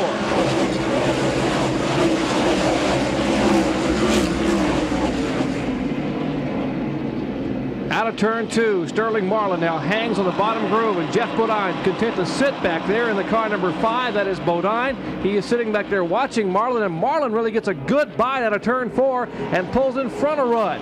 Now Sterling Marlin would like to see another yellow flag, a quick one, if he can try to hang on in front of Ricky Rudd. And look at the inside. Here is Mr. Bodine, Jeff Bodine, having never won on North Wilkesboro Speedway, trying to get inside Ricky Rudd. And the man who's sitting back there, you just see the top of his car. Now the whole car is Dale Earnhardt. Look at Ironhead, the nickname they call him, Dale Earnhardt, back in 3rd spot in the Goodrich Chevrolet. Well, you know, also coming into the picture there is Rusty Wallace. Everybody up there in front trying to get up, leading a few laps. Dale Earnhardt and Rusty Wallace are both very intent on getting to the lead. Well, Ricky got sort of frustrated there when Sterling Marlin trying to get his lap back, which that's what Sterling had to do. He needed to move to the inside, and he did exactly what the rules call for you to do. But he had the fast groove, and he was able to stay down there and get his lap back. But now Jeff Bodine about to put him a lap down again. But it sort of frustrated Rudd, I believe, a little bit. But he's backed off, cooled off a little bit there now, and we'll see what he can do. Jeff Bodine, his last 7 trips at North Wilkesboro Speedway, he has finished 2nd twice, 3rd once, and 5th 4 times. He's never won, we say, in a Winston Cup car, although he did pick up a win in an open-wheel modified car for NASCAR Racing back here in 1980. There's a look at Jeffrey Bodine, 39 years of age. And Dale Earnhardt now stalking the car number 26 of Ricky Rudd. Earnhardt would like to get up there, as we said earlier, and lead a lap. He sees Jeff Bodine getting away, so that's going to diminish his chances of leading a lap if he can't get around the car number 26 of Ricky Rudd, and of course the lap car number 44 of Sterling Marlin. And the big white and green Kodiak Pontiac now pulls up on the rear deck of Dale Earnhardt. There's the one green car. That's the Rudd machine. And Rudd, a little bit of fender contact, right front and left rear. Rudd, the car number 26, tagging that sheet metal from Sterling Marlin. And Sterling now moves up a little bit higher and gives Rudd the bottom groove. And Earnhardt will try to slide through as they exchange a little bit of paint out of turn 4. Ricky Rudd just kind of bowled his way through there. He let Sterling Marlin know he was there, and then he just kind of forced his way in and finally got around him. I'm sure Ricky Rudd is a little bit frustrated right now, losing the lead. And look who's on the bumper of Dale Earnhardt. We see Earnhardt on the right of your screen, but right on his back bumper is Rusty Wallace in the Kodiak Bear, car number 27. And there are 2 no harder chargers in all of auto racing than those 2. Boy, when they get together, they put on a show. Rusty Wallace driving here, driving for his life, trying to gather as many Winston Cup points as he can. He needs to lead a lap, so does Earnhardt, and they are currently being shown back in 3rd and 4th spot. There's a 2nd place car of Rudd going by, and there's Earnhardt and Wallace. They're running 3rd and 4th here. They're reversed in the Winston Cup point race. Of course, Earnhardt currently in 3rd spot, some 74 points behind Rusty Wallace and 183 back of Bill Elliott. Boy, that is something. You take the top 4 cars right here. You got the leader on Hoosiers, 2nd place on Goodyear's, then the next car on Goodyear's, and then 4th place on Hoosiers. Pretty evenly matched here at North Wilkesboro Speedway. We're glad you're with us here for this Holly Farms 400. As the road to the Winston Cup winds down on ESPN, you'll see every single Winston Cup event for the remainder of the year here on ESPN. And currently, it is a Jeff Bodine show. Ricky Rudd, the dominant car early on, but Bodine, in this latest pit stop, has put on those fresh Hoosier tires, and now he will lead Ricky Rudd by some 10 car lengths. And there is Dale Earnhardt and Rusty Wallace, the 3rd and 4th place cars. Earnhardt's the car number 3, the Goodrich Chevrolet, that black and silver numeral car number 3, and the white car with the green numbers, that of course is Rusty. Currently shown in the 5th position back behind them is Harry Gant, who is still hanging in there. Even though he had a little smoke early, it hasn't bothered him too much. He's still hanging in there. He's about 2nd behind. 3rd and 4th place cars of Earnhardt and Rusty Wallace. Wallace has to be pumped up, Ned. Coming off the performance a week ago at Charlotte Motor Speedway, Wallace lost a couple of laps, had tremendous frustrations early on with several unscheduled pit stops. He was at least 2 laps down, one to the leaders. An agonizing lap-by-lap battle back to the front. In fact, Rusty Wallace made 17 pit stops in that 500-mile event. And look at him now trying to pass Dale Earnhardt on the outside. And if you don't think that's a tough chore, get out there one time and try it. Although Earnhardt will race him hard, but he's not going to give him any quarter, Gary. There's a lot of trust between these two guys. You know, they are very similar in their driving styles, but they both have a lot of respect for each other. They can race door to door, and you don't see the bumping like we see with a lot of other cars. They respect each other, but they race each other flat out. Well, Rusty couldn't make that move on the outside. Now he's going to try it up there again. He sticks that left front fender up on the outside of Earnhardt's right rear quarter panel. Earnhardt gives him racing room, and he moves up on the outside. Boy, that is a tough way to pass. Rusty Wallace taking the high road around on the outside. 199 laps. We'll have halfway next time by. 400 laps here comprised the Holly Farms event, 250 miles. So we are just a lap away from halfway. Now that time off of the fourth turn, Earnhardt just barely gave Rusty room inside of he of the wall. Rusty had to back off a little bit as they went into the turn, so Earnhardt held the position. I haven't seen them touch yet, Ned. They've been running so close to each other, but no contact so far. That's real professionalism. Yeah, it is amazing. These two drivers battling back for third and fourth spot. Meanwhile, Rudd and Bodine have moved away considerably. I think Rusty feels that Earnhardt's holding him up a little bit right now. He said, if I can get around him, I can move away. Now he's going to try him on the inside, but that didn't work either. Well, you can imagine Dale Earnhardt said, okay, Rusty, you can pass me, but you're going to have to do it on the outside because I'm going to protect the inside. And Rusty Wallace saying, come on, give me a little bit of a break on the inside. I know I can get around you. He's certainly making him work for it, no question about that. And he also knows that when he's working for it out there that he's using his race car and his tires up. You can see Dale Earnhardt there in the 3 car, giving Rusty Wallace the 27 car the outside of the track. Saying, if you're going around me, you're going to have to do it on the outside. A spin right behind him. Trouble in turn 2. Harry Gannett loops it around and is on the bottom of the racetrack. Tough luck for Harry. We mentioned that car had been smoking early in the race and possibly some oil on the headers. As Gannett's car slipping and sliding, he was trying to hang on to it, couldn't quite keep it straight. The car spins, and now he sits on the grass trying to get the car refired as we are under caution for the 4th time today. We are under caution at North Wilkesboro Speedway for the spin by Harry Gant. The leader, Jeff Bodine, just past the halfway mark. Bodine the leader. Ricky Rudd runs in the 2nd spot. Rusty Wallace is 3rd, and Dale Earnhardt is 4th. From North Wilkesboro, we'll be back. We welcome you back to the Wilkesboro Speedway just past the halfway point. We are under the 4th caution flag today. We are showing 205 laps in the books. This caution flag for Harry Gant's spin that in turn 2. Gant, who spun that car, looped it around, had been running among the top leaders all day. In fact, was being shown in 5th position prior to that spin. But having spun the car and stalled it down in turn 1, Gant now goes 1 lap down to the leaders. And the leader, of course, now after the pit stops coming out, we are showing great pit stops by some of the lead cars. Dale Earnhardt's 3-time world champion pit crew got him out by virtue of great pit work, but by also virtue, Gary, of great pit selection. Well, he's got that last pit on right there on the left of your screen, or on the right of your screen now, coming off of the pit road. He's at the last pit leaving pit road, and that really gives him a jump. Right there where that man's standing, that's Earnhardt's last pit. Let's go to Benny Parsons down in the pits. Gary Nelson, these fellas are all over these tires that came off Darrell Waltrip's tide machine, checking the circumference of them, making sure that the stagger stayed the same, because what the stagger does means how they're going to have to adjust the car. As soon as they were able to lay them down, 4 people went straight to them and started measuring them to make sure. They were having trouble measuring this one, just to make sure where the stagger is so they can adjust the car. That's Bill Wilburn there, this tire specialist for the Tide team. In fact, a good tire specialist is probably as important as a good crew chief. Well, you can see him there with the tape measure. He's measuring the circumference of the tire, comparing the inside to the outside, trying to get them matched up just right. Back to green, and more importantly, Dale Earnhardt has now led a lap. So Earnhardt has picked up those 5 bonus points, and Rusty Wallace says, I need to lead one. Wallace comes like out of a chute, a rocket chute down the back straightaway, moves up on Earnhardt, and it's a half a car length out of turn 4.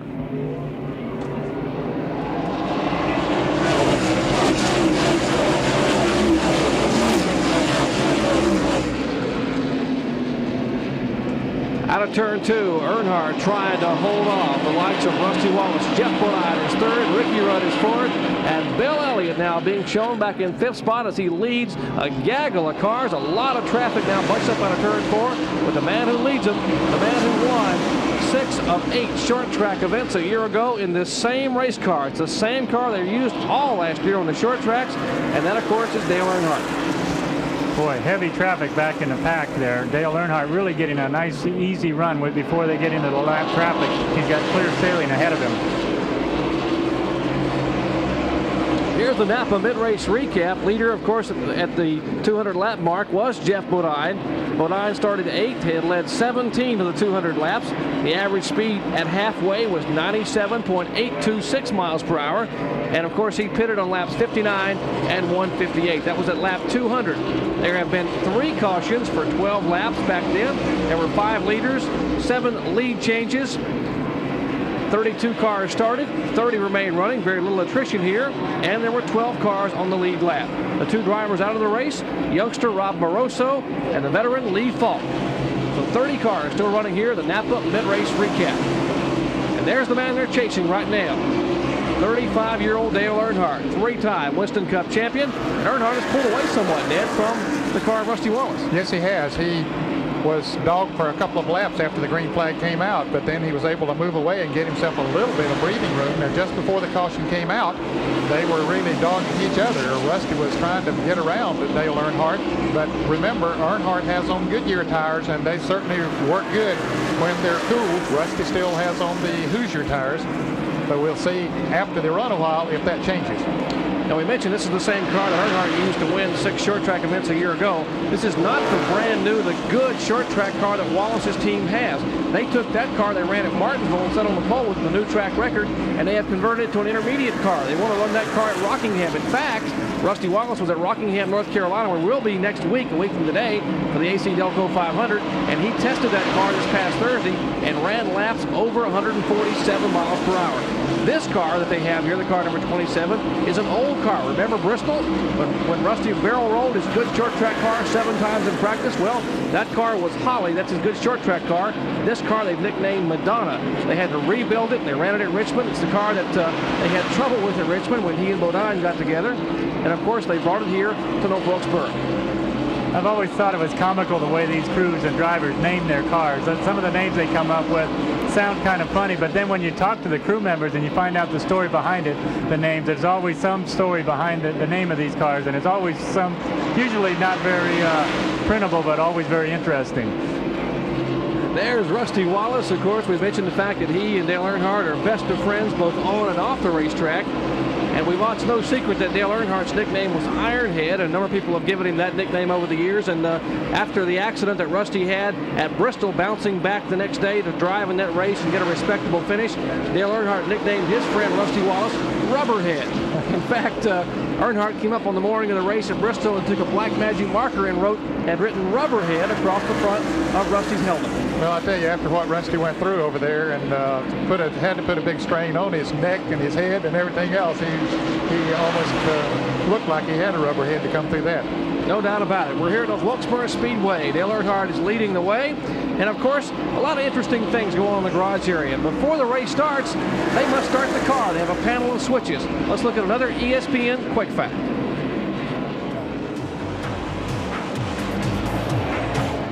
Quick Facts are brought to you by Quaker State Motor Oil. The big Q stands for quality. Always has, always will. In NASCAR modified racing and in IndyCar racing, they use what's called rack and pinion steering. Now, this is what we're talking about here. This direct rod coming out of the steering column comes up to a pinion gear and down to a rack here in the front of the car.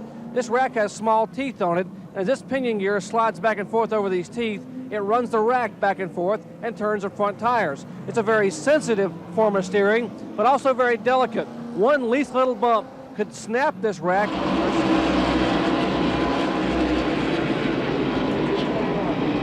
Back in North Wilkesboro Speedway, of course, Dale Earnhardt showing the way here. We are 225 laps in the books, and the Goodwrench Chevrolet. Earnhardt now leading just past the halfway point.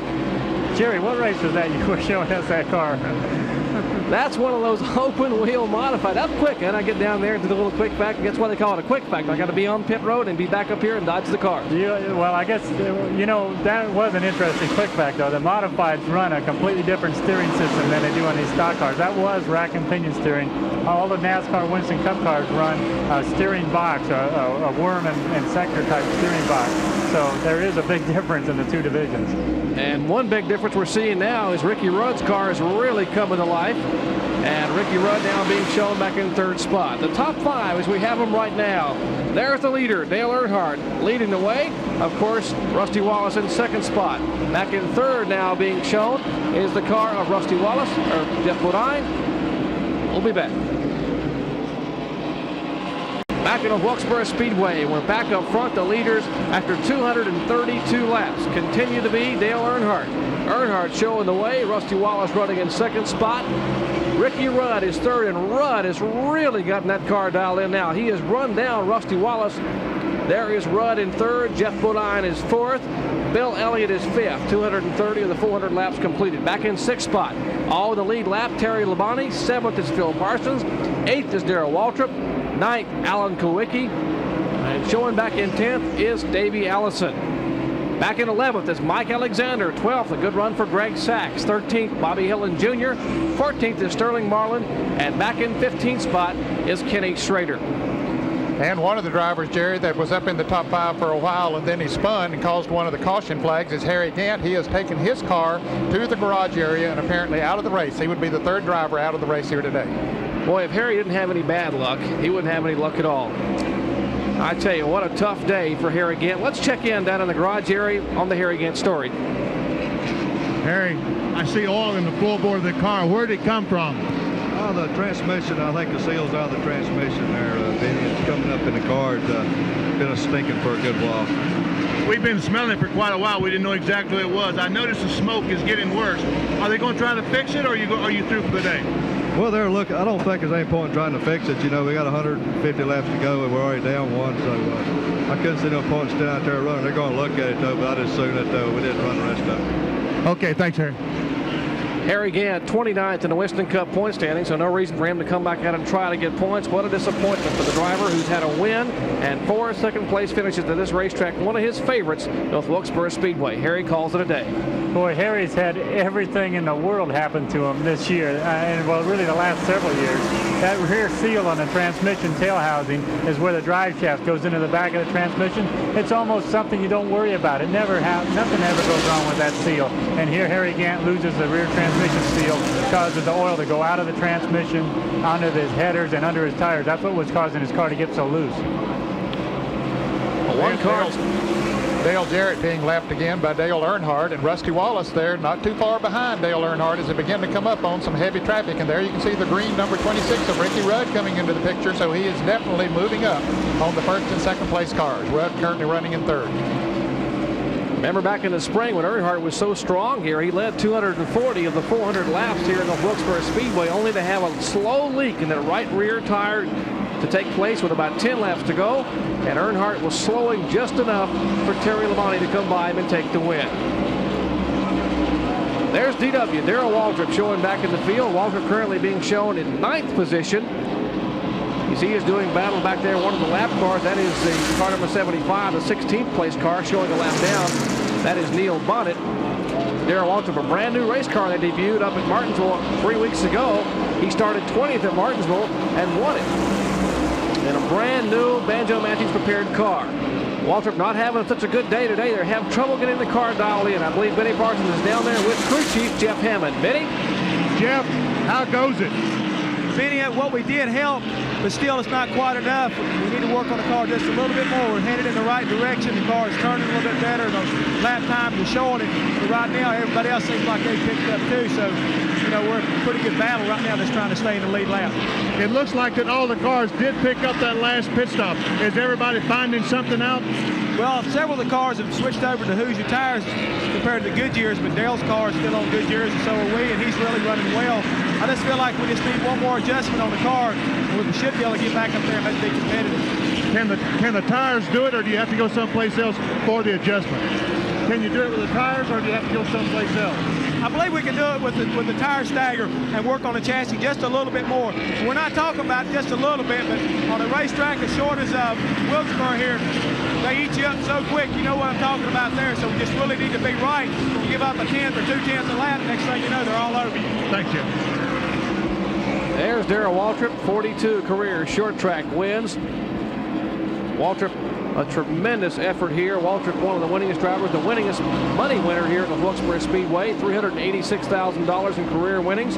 He has 9 victories, 7 of those wins coming with the Junior Johnson stable here for the many years he drove for Junior. Back up front, there's Dale Earnhardt moving around the car of Brett Bodine, the car number 15. Bodine had an outstanding effort a week ago at Charlotte, nearly came close to that first win, as the car just couldn't quite keep the mustard up those last few laps. And Bodine had an impressive performance there in the Bud Moore car. Well, he came home in 3rd place, which was his best Winston Cup career finish. You know, spotters are always very important, and fans might not know what spotters are if we talk about those, but Dick Berggren has that story. Dick?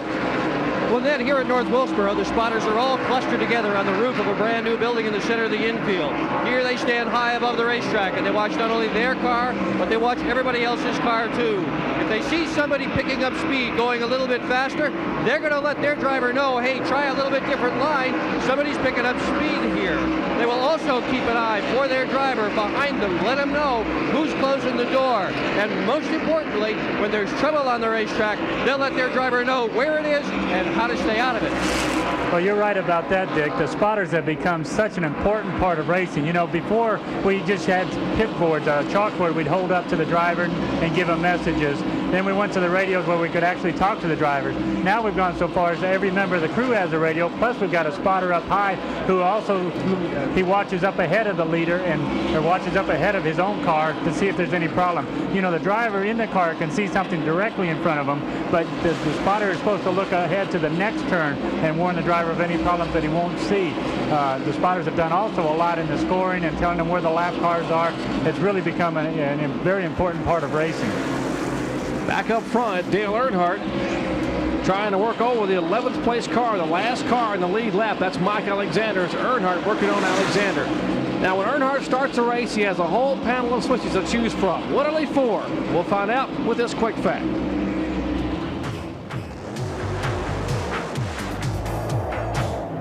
Quick Facts are brought to you by Quaker State Motor Oil. The big Q stands for quality. Always has, always will. We've all seen drivers reach up at the beginning of a race and flip a panel of switches on the dashboard. Well, what are they actually flipping? Let me show you. Now, this Goodrich Chevrolet here of Dale Earnhardt has a panel of 5 separate switches here on the dashboard, fairly representative of all the Winston Cup teams. This red one here is the engine ignition. You flip that one up, flip the one to its left, which is a spring-loaded switch for the starter to crank the car. The blue one is power to the electronic tachometer. The white one, rear end cooler fan, and the final red one here is the alternator. Now, during qualifying, the drivers will leave the cooler fan and the alternator off, but they'll have them on for the race. On those final few laps, they may reach over and flip both those cooler fan and alternator switches off.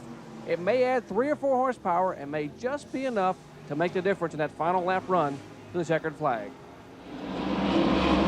Well, a fellow who would like to have some horsepower right now is Ricky Rudd, as he is in a tight battle for that second spot, and heavy traffic now out of turn 2 as they split the Bouchard car and make a Bouchard sandwich now as Mike Alexander is done on the inside. Alexander in the car number 12, Rudd is in the 26, and of course Rusty Wallace in the car number 27. Wallace's car began to slip and slide a little bit, Ned. We saw him slipping and sliding in the corners, and now he slides up again and gives the opening for Ricky Rudd. Yeah, his car is moving up a little bit in the turn. That's all Ricky Rudd needed to move on the inside, as we see Jeff Bodine lap on the outside of Dale Jarrett. But here's that battle for second position. Ricky Rudd down on the inside. Can he get the traction off the turn to make the pass? Boy, it's so hard to figure this out. You know, the Goodyear tires on Ricky Rudd's car, we've seen them spurt off on the restarts and take off. Then it looked like the Hoosier tires would come back a little bit, but now as the race goes on and on a little longer in the long run, now it looks like the Goodyear's come back. So there's a window right in, the 20 to 30 lap area where the Hoosiers seem to be a little stronger, but then the Goodyear seem to come right back. I would wager that we'll see Goodyear tires go back on that 27 on the next pit stop.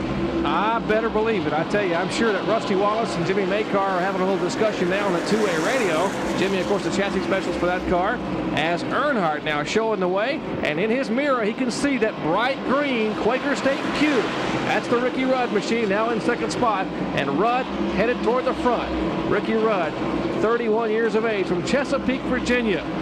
Impressive young driver. We already mentioned earlier, Rudd is probably one of the most consistent race car drivers. He's extremely smooth on a racetrack, and he is reeling in Earnhardt. He is definitely moving in. That car has worked well all day long. He got caught back that last time on the green flag. When the green flag dropped, he was back in the pack a little bit, but he has methodically worked his way up through the pack, moved into second position, now gaining on the leader. 259 laps in the books here at North Wilkesboro Speedway. Earnhardt the leader. Rusty Wallace is now in third spot as he has been passed by Ricky Rudd in second, and fourth is Bill Elliott.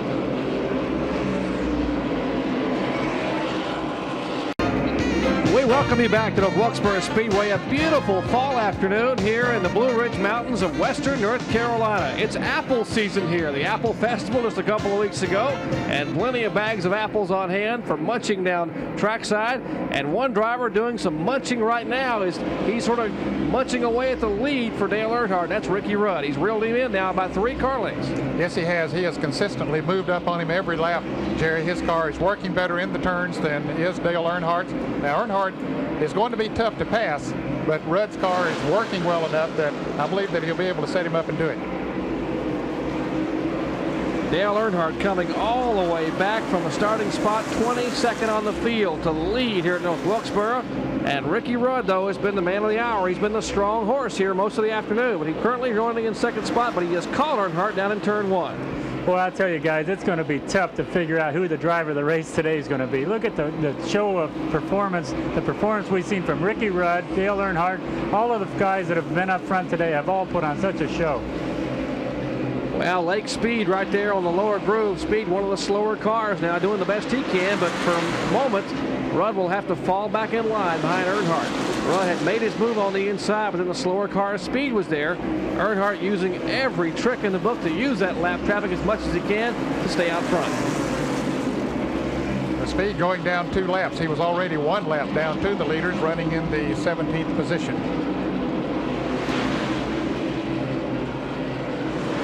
Earnhardt trying to get that coveted short track win at North Wilkesboro Speedway. Earnhardt has won here twice at North Wilkesboro, but he's never won in the Holly Farms 400. Both of his wins coming in the spring race here.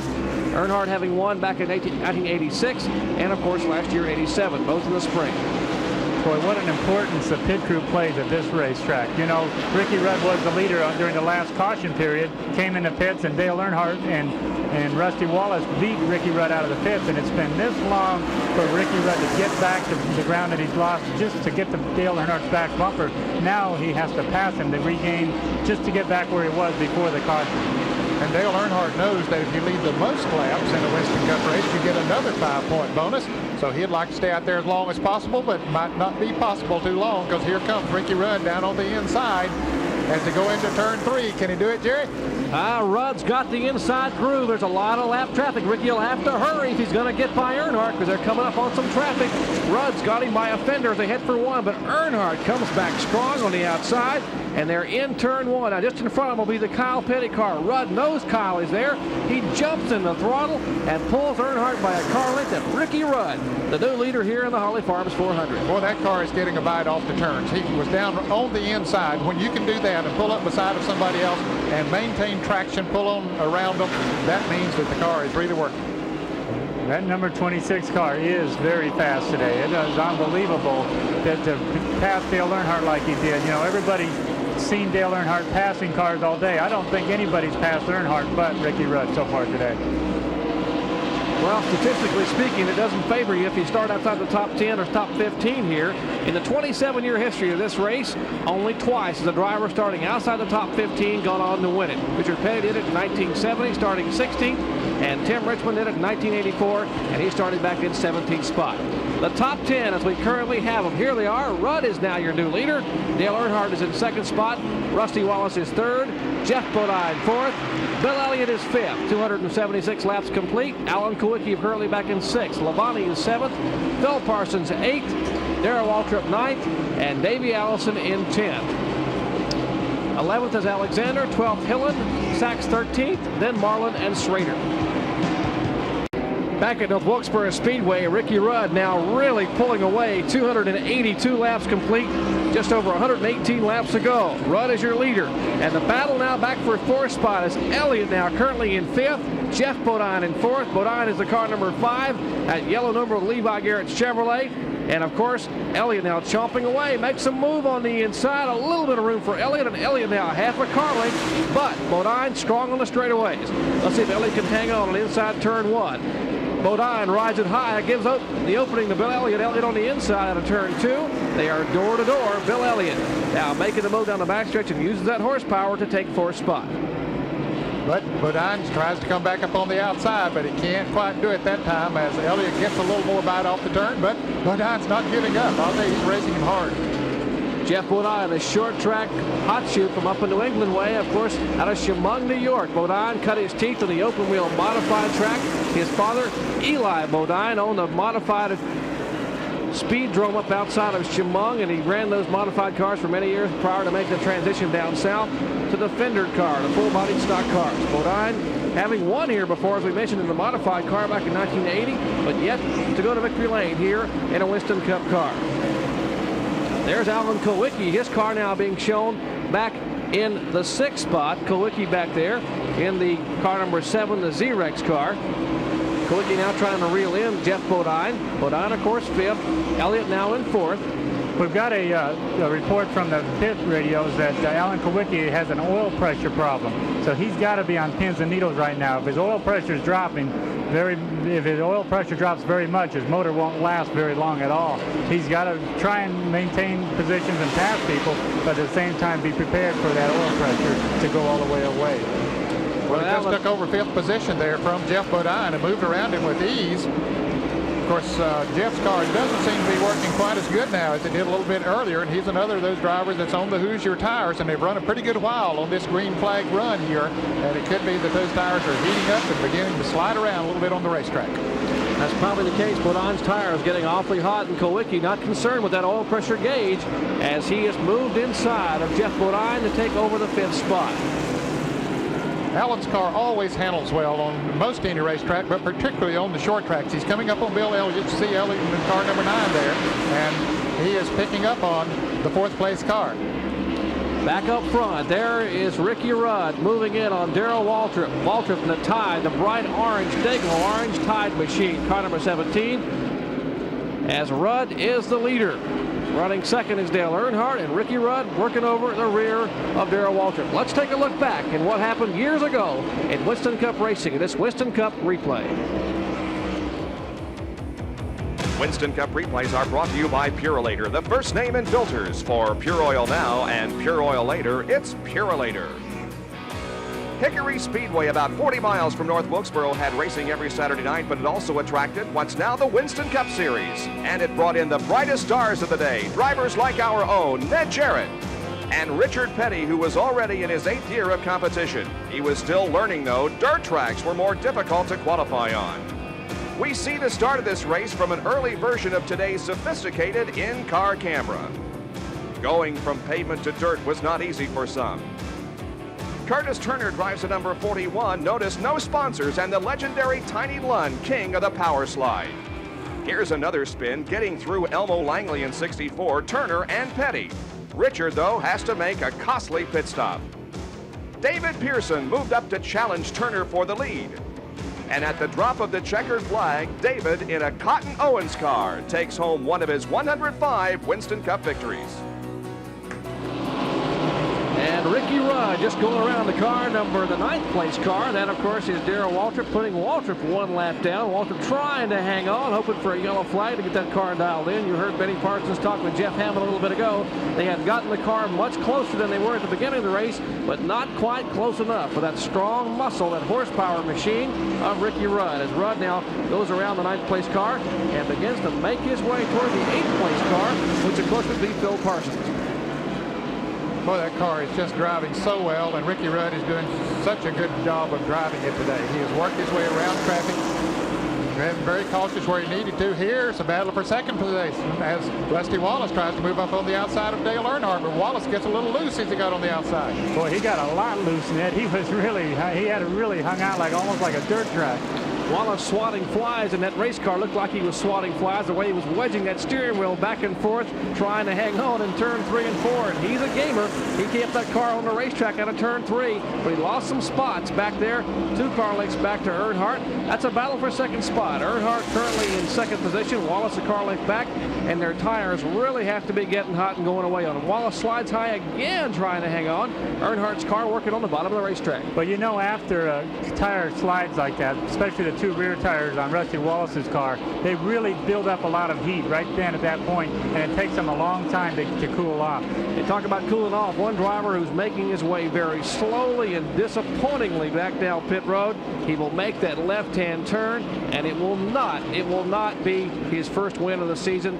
Alan Kawicki, after a great effort today, Alan Kawicki, 33-year-old driver in the Xerox Ford, takes it to the garage area. Well, he had moved up in the top 5, Jerry, as we saw him there a few minutes ago, but apparently that oil pressure problem that Gary mentioned has gotten the best of him, and he has to go into the garage area and out of the race. Well, you know, the thing about it is when a car is running, if it starts to have a problem like oil pressure or just smoking, something going wrong, they usually never get better. Those things always seem to get worse. They don't fix themselves. Eventually something finally lets loose and you have to park it. Remember now, there's Earnhardt. He is currently being shown in second spot. He has led. Wallace has not led. Rusty Wallace needs to get up there and try to lead a lap, but right now Wallace's tires apparently have gone away. As Ricky Rudd is your leader here at Wilkesboro Speedway, we are approaching the 300 lap mark. Rudd showing the way in the Quaker State Buick. Stay tuned, we'll be back. Back at North Wilkesboro Speedway, 304 laps. We are under caution again for debris and oil in the backstretch, and the man who put out the debris, they were engine parts and oil, is standing by with Dick Berggren. Dick? And Alan Kawicki is here in the garage area. Alan, the motor go? Yeah, it did. You know, it's really too bad. We're running pretty well and moving up. The Xerox Amoco Ford Thunderbird was running good, but we blew an engine. And that's it for the day. Benny Parsons, has been a lot of activity on pit road as a result of this. What has happened in particular to Ricky Rudd? You know, Dick Berger and Larry McReynolds was just telling me. A pit stop, 4 tires, a little over 21 seconds, and guess what? Got beat by 2 cars. I don't know what to do. More power to them. We just have to outrun them on the racetrack. I watched your pit stop, Larry. It looked like a fantastic pit stop. I know it, but them guys down pit road, they've been at it a little longer than us. All we gonna do is just keep working. Like I say, you have a 21.8 and get beat, ain't nothing you can do but just smile and say, well, they beat us. Okay, Larry, thanks. And the 2 cars that beat him, you guessed it, Earnhardt's crew, the Goodrich crew, and the Rusty Wallace Kodiak crew. As a safety car pulls away, we are under 100 laps to go. Make it 94 laps to the checkered flag at North Wilkesboro Speedway. And up front again, that black and silver numeral car number 3, the Goodrich Chevrolet, and green flag waves for Dale Earnhardt. He leads the charge then in turn 1. It's Earnhardt, Rusty Wallace, and then the crew chief you just heard from, Larry McReynolds, driver, that's Ricky Rudd. Rudd going around the outside of the car number 17. Remember, Waltrip is showing 1 lap down. Rudd is 3rd, and then, of course, Bill Elliott showing in 4th spot.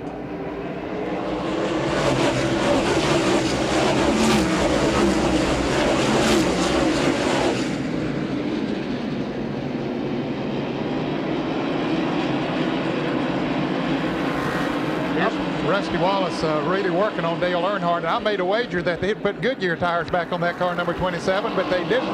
They still have Hoosier tires on it, so I was wrong. He apparently was happy with the Hoosier tires, and right now they're working good for him. And Rusty Wallace, remember, he needs to lead a lap. He has not led, and now is the best chance he'll have possibly today to lead a lap and to get around Earnhardt. So Wallace saving nothing for the end. He jumps back in that throttle out of turn 4, but has got a full view of the rear bumper of that Goodrich Chevrolet. Wallace now trying to get some room on the inside, but Earnhardt's car working so well on the bottom of the racetrack.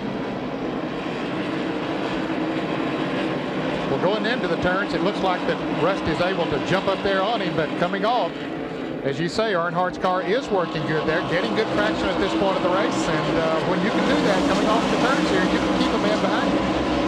That's a good shot. You can see the difference in when they hit the gas pedal and when they let off the gas. Right here especially, you can see Rusty Wallace go into the turn a little deeper, but then Dale Earnhardt right here gets on the gas a little sooner, and Rusty starts coming back as they get onto the straightaway. But look at that green car of Ricky Rudd coming back up there. He had to dispose of Darrell Waltrip, the left car, before he could get up there and start doing battle with them, and Ricky is definitely gaining on him. He's shown all afternoon that he has the fastest car. Let's take a look at the caution summary. The lap 59, caution number 1, the 21 car of Kyle Petty spun. That lasted 4 laps. An infield emergency for getting one of the crew members out from an accident on pit road, 157 that lap. That was a length for 5 laps. Richard Petty spun on lap 180. The car number 33 of Harry Gant spun on lap 204. And the most recent caution on lap 303 for oil in the backstretch by virtue of the blown engine from Alan Kulwicki. Jerry, we have a report that a couple of cars that had switched to Hoosiers have gone back to Goodyear. That's the cars of Terry Labonte, the Budweiser Chevrolet, and Phil Parsons in the Crown Skull Oldsmobile. They tried the Hoosier tires a while, but now they've gone back to Goodyear. Both of those cars still running in the lead lap.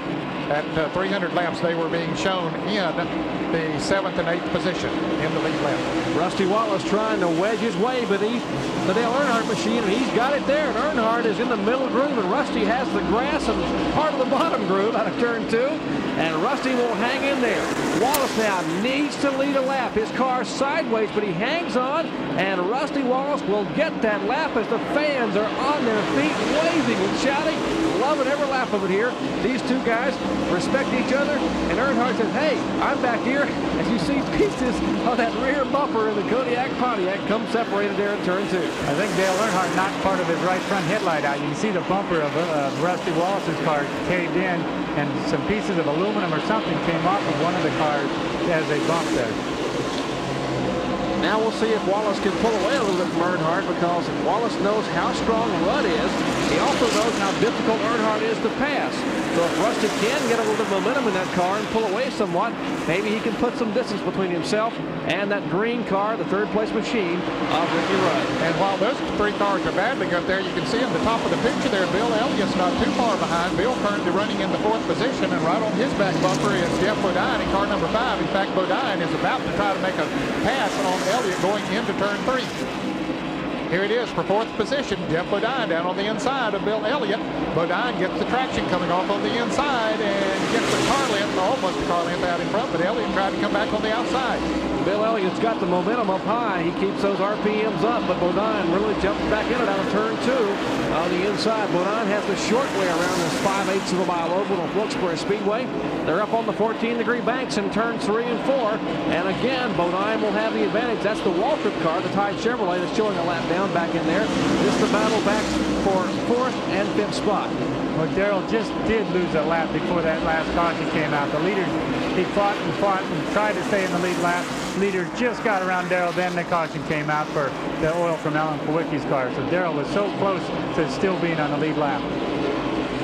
Well, Rusty Wallace now beginning to pull away from Dale Earnhardt, and Ricky Rudd now doing battle with Earnhardt for the 2nd position as Wallace moves away. Now Rusty Wallace trying to hang on. Rusty knows how difficult it can be to pass. Rusty was concerned about not having a good record here. Rusty, what's your reaction to knowing Dale Earnhardt has a great record at this racetrack? How about it? I know that Dale's going to be the toughest, I believe, here at Wilkesboro this week. He's always showed incredible strength here. I've just been so-so, and Elliott has been terrible. So we'll just see what happens. I hope that I've gained a little bit on Dale. I hope that the new body style will be better for me this year here. And I hope that I can gain some points on him. If we win the race, we'll gain the points automatically. That's what I'm hoping to do. Well, he gained points a week ago. He gained $84,000 and 15 points by virtue of his win at Charlotte. And he would like to gain some more points today. Time is running out. Only 3 events remain. Rockingham a week from today. Of course, then we go to Phoenix for the Checker 500, and then the season curtain call is at Atlanta Speedway, Atlanta International Raceway for the Atlanta Journal 500, all here on ESPN. One driver, Neil Bonnet, is in the pits in the Valvoline Pontiac, and I believe it's going to be terminal for him. He came in, they looked, there was smoke coming from the right front of the car, and now I believe Neil is going to take it into the garage area. Indeed he is, so Neil Bonnet pulling into the garage out of the race. It looked like Neil's right front brakes had boiled. The smoke was coming right from the right front wheel area, so I'm sure he doesn't have any brakes. We got some reports on pit road that Bill Elliott, we saw him a minute ago as he was trying to do battle back there with the Jeff Bodine car. Elliott now being shown back in 5th position, and Elliott's car was really up across the racetrack. There's, of course, the lead car. Second is Earnhardt. Third is Rudd. Back and forth with Jeff Bodine. And Bill Elliott, the car number 9, showing back and forth. There's Bodine's car coming into the picture. But Elliott's car really having some problems here, Gary, and we're told that the car is extremely loose. Yeah, you know, it's almost, you know, with the car that qualifies on a pole here at Wilkesboro always seems to get loose in the race. I've never really been able to figure it out, but the pole sitter always seems to not be around at the end, at least in contention at the end. Here's a good battle for 5th, 6th, and 7th. That's Bill Elliott running in 5th, and Terry Labonte and Phil Parsons have both caught him. And with Elliott's car getting a little loose, Labonte got on the inside of him a lap ago, but he turned his car crossways, and Elliott was able to maintain the 5th position. But now Terry Labonte, who has won the last 2 races here in North Wilkesboro, working on Bill Elliott. You see Phil Parsons back there going very high in the turn. It looks like everybody in that little group right there is a little bit loose, Ned. They're all trying to get some traction. They're all sliding. They're all trying to make up ground, and they're not really getting much accomplished. Elliott trying to tiptoe through some of the corners. A minute ago, he was running the car hard, and he just sort of dog-walked up across the racetrack, and now Elliott has the middle group. Phil Parsons up very high, but Elliott does not quite have enough space there to lead for the Terry Labonte car. Labonte now on the bottom of the racetrack. Now Elliott slips up high, and Labonte will take advantage of that move and try to go beneath Elliott, but Elliott is so strong on the front straightaway on the backstretch, though.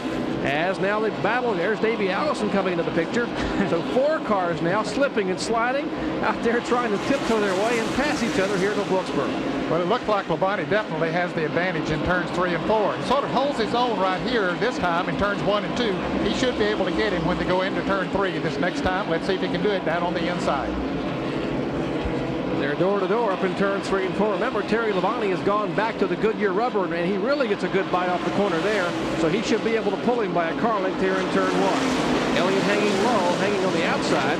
Bodine on the inside, or Terry Labonte on the inside, the Budweiser Chevrolet. And Labonte will have the option. Now battle back there between Davey Allison and Phil Parsons. Of course, Davey a lap down. Phil Parsons currently running in the 7th position. There are only 7 cars on the lead lap right now. Davey Allison showing in the 9th position. Darrell Waltrip is 1 lap down in 8th position. So those cars on the lead lap, of course, Rusty Wallace, your leader. Earnhardt is 2nd. Rudd is 3rd. Jeff Bodine is 4th. 5th there you see the Elliott car. And now Elliott has been passed by Terry Labonte. So by Terry Labonte, Labonte will be the 5th place car. Elliott is 6th. And the 7th place car, all those cars in the lead lap, is Phil Parsons. Well, Phil Parsons right up against the wall. You know, there's so many different grooves everybody's trying, but this is really an example of no grip. These guys just don't have any traction. They're trying anything they can do. Some are running low, some are running high. And what they're doing, Gary, when they're trying to pick that high groove. Whoa, trouble out of turn 2. The leader has gotten involved with Jimmy Means, and Rusty Wallace was trying to get around Jimmy Means, and Means moved high, Wallace moved high, and Means moved to the inside, and the cars came together. And there you see Jimmy Means, Sonny King Ford, Bullseye Barbecue Ford has tagged that inside wall, and Means loops it back around, gets the car refired, and the Forest City, North Carolina driver will be back on his way. But a tough break. Rusty Wallace at the front of his car getting together with Jimmy Means out of turn 2. Well, Rusty, he stayed, what is he now, in 2nd, 3rd position, so he didn't lose that much ground, but the front of his car is bent up. We hope it didn't change the front end alignment. Well, I'm sure he'll be coming into the pits now, and his crew will take a look at it. Dale Earnhardt leads them down into the pits, and sure enough, here comes all the cars down pit road. Looks to be minimal damage on the Rusty Wallace Kodiak Pontiac, so we'll check on pit road and see exactly how severely that car is injured, as everybody is on pit road. Rusty Wallace is in for service, and you see him going to work. Let's take a look and see what happened out of turn 2.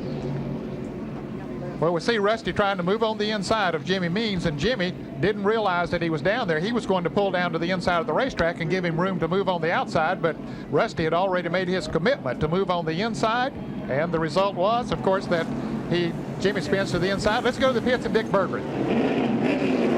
Well, Rusty Wallace's car is not badly damaged, but what he has lost here is track position. About 4 or 5 cars beat him out of the pit area. It was simply a slow stop. No real reason for it. They didn't do any special work on the right front of that car other than to take a look at it. But Rusty got beaten coming out of the pits, and Earnhardt, as usual, was the first guy on the racetrack. Well, a tough break for Rusty Wallace. There's Jimmy Means coming back down pit road as he heads back on the speedway. His car has apparently mostly sheet metal damage up front. Junie Dunleavy, the car owner there for Jimmy Means.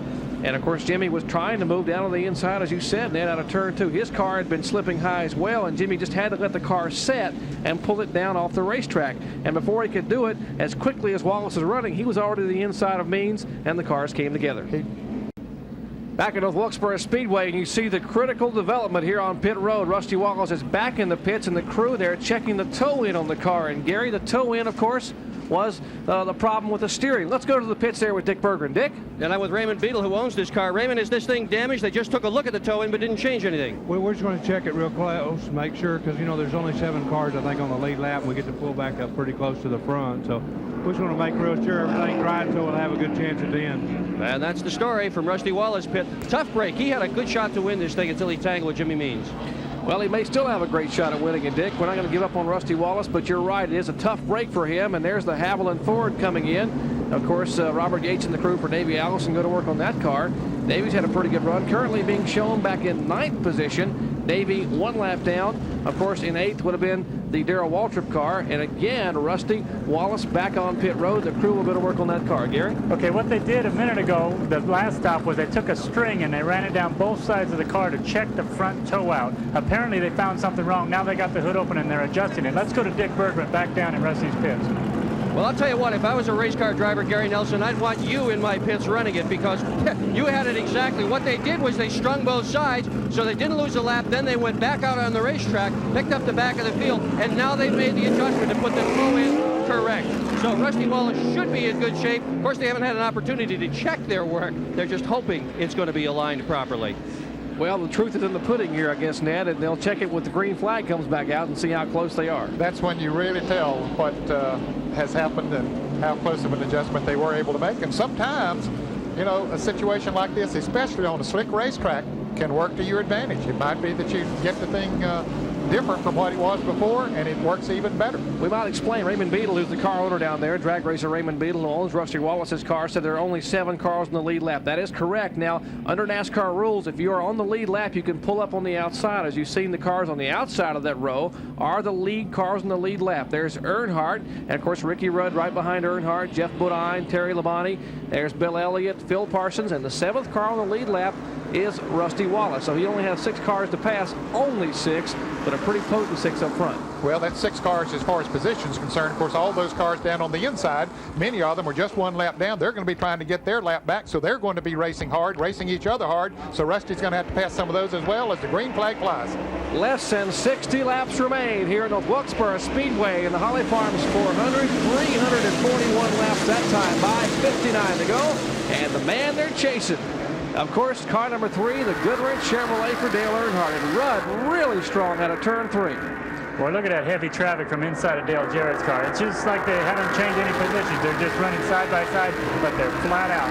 Some sheet metal came off of somebody's car. Well, there's Morgan Shepherd right in front of Dale Jarrett. Mark Martin going by on the outside. You see Kyle Petty, Sitco Ford way up on the outside. Morgan Shepherd just trying to get a chance to get on the outside. That's where he's been running all day. Now we move to the inside and see Dale Jarrett moving around the track. Get an idea of Dale, that steering wheel trying to turn the car down in the corners, and looked like possibly Earnhardt would pull away a little bit, but now Rudd has settled in and begins to reel him in somewhat. Well, Rudd's got to be a little relieved after this round of pit stops. There's only 1 car in front of him. It's been 2 cars each time. You know, with Rusty Wallace being involved in the accident, he's way back in the traffic here. He's got a lot of ground to make up.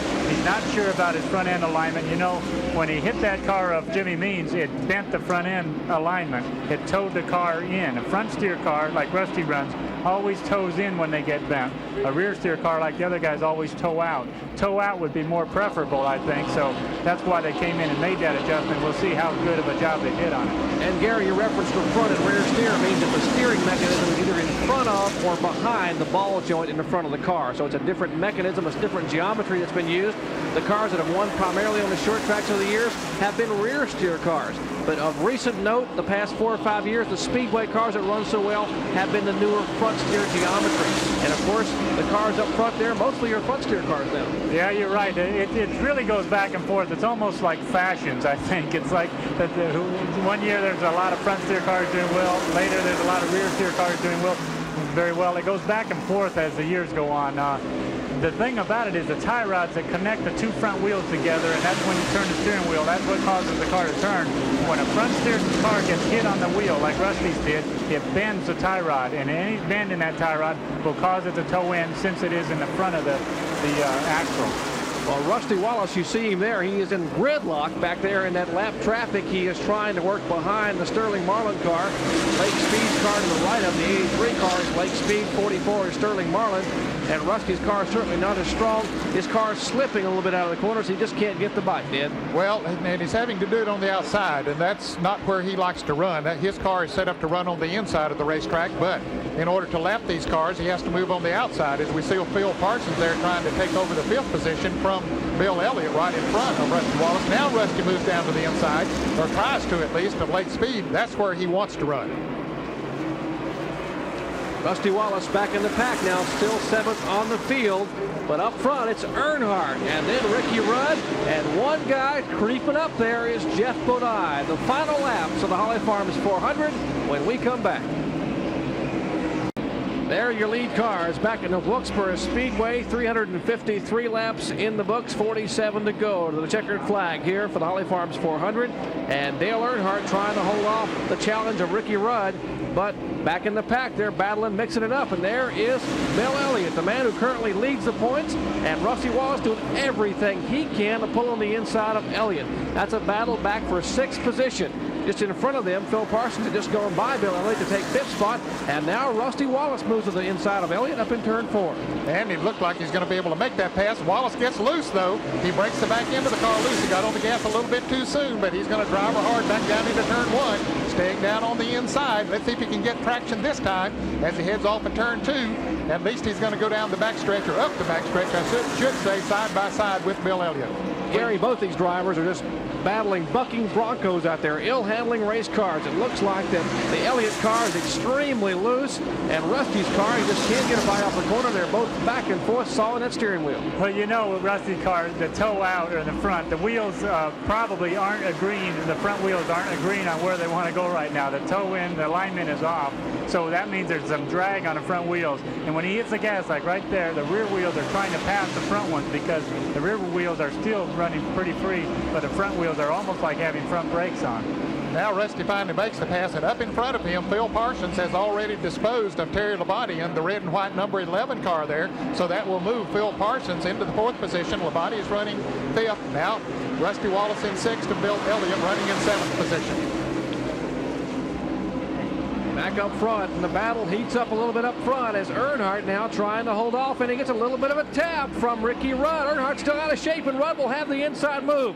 Let's see if Earnhardt can get back at him, but no, Rudd pushes the pedal and goes by. They head for turn 1, and Earnhardt says, okay, it's my turn. Up turn 1, and here he goes. Rudd goes around. Earnhardt is on the brakes, Bodine's on the brakes, and Rudd is spun, and yellow flag. Well, that's interesting, Ned.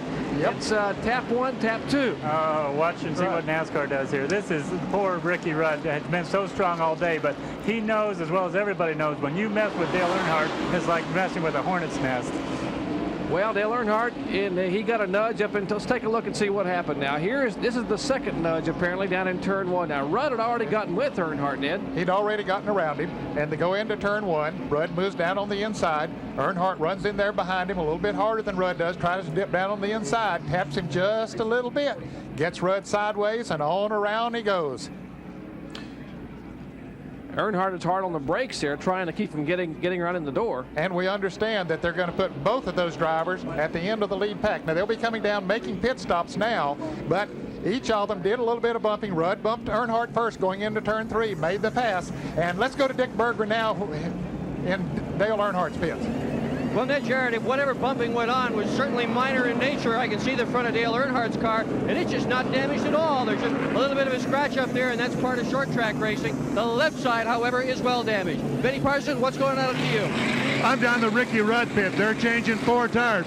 The only indication of anything that might have happened was just a moment ago, Larry McReynolds kind of shook his fist at Dale Earnhardt as he drove by. There's going to be a lot of fist shaking going on between those two before today's over, I'm sure. Well, it's heating up here in North Wilkesboro. It's a cool, crisp fall afternoon, and the leaves are changing and the tempers are flaring as we're getting down to the last few laps of the Holly Farms 400. And Dale Earnhardt and Ricky Rudd going at it, 2 of the stronger cars. And there is Earnhardt now back on the racetrack as he has had a tire change. And NASCAR has effectively slapped them both on the hand by putting them, I guess, or we understand they are planning possibly to put them back on the tail end of the lead lap. Well, we'll wait and see what happens. I don't think that's happening, Jerry, because Earnhardt now is going back up to the head of the pack. He's leading the race, and they did not motion him to go to the back, at least not at this point. Oh, there they go. Now he's slowing up as Bodine goes around him. So we are showing now less than 40 laps to go here at North Wilkesboro Speedway, and the leader showing is Jeff Bodine now. Bodine pulling up behind the safety car, and of course his teammate there, Kenny Schrader, who's being shown a lap down. Schrader was showing in 10th spot, 1 lap down, trying to relinquish that front spot. So Bodine will be the leader of note when we go back to green. And this crowd is absolutely going wild about the circumstances here at the North Wilkesboro Speedway. Well, they like it. We're getting ready to go back to green here. They're on their feet for the final few laps. We're winding down. And Harold Kender flips those yellow lights out and waves that green flag. Hold on to your seats, folks. This isn't over yet because Bodine is up front. But those are the cars we're watching as they go to turn 1. Rudd on the outside of Darrell Waltrip. A little bit of slipping and sliding by Kenny Schrader. And Schrader down the lap car on the inside gives way. And Bodine and Terry Labonte, the man who has won the last 2 events here at the Wilkesboro Speedway. We haven't talked much about Labonte, but he certainly is a sleeper and in a strong car late in the race. Yes, he's been right up in top 10 all day, finally moved into the top 5, and now into 2nd position. Apparently what NASCAR did was they put Dale Earnhardt back to the position just ahead of Ricky Rudd because they restarted the race right together in the middle of the pack. Well, I tell you, I don't know whether Earnhardt and Rudd both have to be steaming inside those cars. We see a little smoke coming out of those cars. It's got to be coming out from beneath the helmets of both those drivers because they are making their way to the front in a hurry. There is Rusty Wallace, and there is Earnhardt and Rudd as they go around the outside of Bobby Hillen's car. They're trying to realize both of them have a shot at winning. Earnhardt has a shot at possibly a Winston Cup title. They can't throw that away, and they are trying to make their way to the front. Hillen's car running pretty stout. Earnhardt makes the outside move, and will go around Bobby Hillen. Well, Rudd tried to follow Hillen and thought maybe he might be able to pull on the inside, but that wouldn't quite work. Let's go to the pits where Dick Berggren is with Richard Childers, Dale Earnhardt's car owner. Well, Richard, what was the exact nature of the penalty? What did NASCAR say to you? I don't know. They just wanted us to move back there. I couldn't see what happened. I just can't comment on it right now. I don't know what happened. What did Dale say to you when you told him he had to go in the back of the pack? He wanted to know why. He said Ricky spun him up 3 and he bumped him down here. So I don't know what happened. That's Richard Childers. He owns car number 3 that's just been penalized and put into the back of the pack. Well, that's exactly what happened. Ricky did bump Dale going into turn 3. Didn't spin him out, but he got him crossways, made the pass, and then Earnhardt just retaliated down in turn 1. Here's a battle for 2nd place. There's the leader, Jeff Bodine, the yellow and white car, but here's Rusty Wallace in the 27 car trying to take over 2nd. Remember, Rusty has that toe-in problem in the front of the car, and you got to really give a hand to Rusty Wallace. He's driving the car all out here in these final laps at North Wilkesboro. Wallace makes the move on the inside of Terry Labonte and will take over the 2nd spot. Now, does he have enough strength to catch Jeff Bodine? The laps are winding down here at North Wilkesboro, but Wallace's car does not seem to be affected too much, Gary, by that problem they had there a little earlier. No, he looks awful strong right here. Very strong, Rusty Wallace. I think he is gaining on Jeff Bodine. Well, now Ricky Rudd has moved around Dale Earnhardt and has taken over the 6th position. They were back in 6th and 7th, but it was reversed. And Rudd has moved around Earnhardt.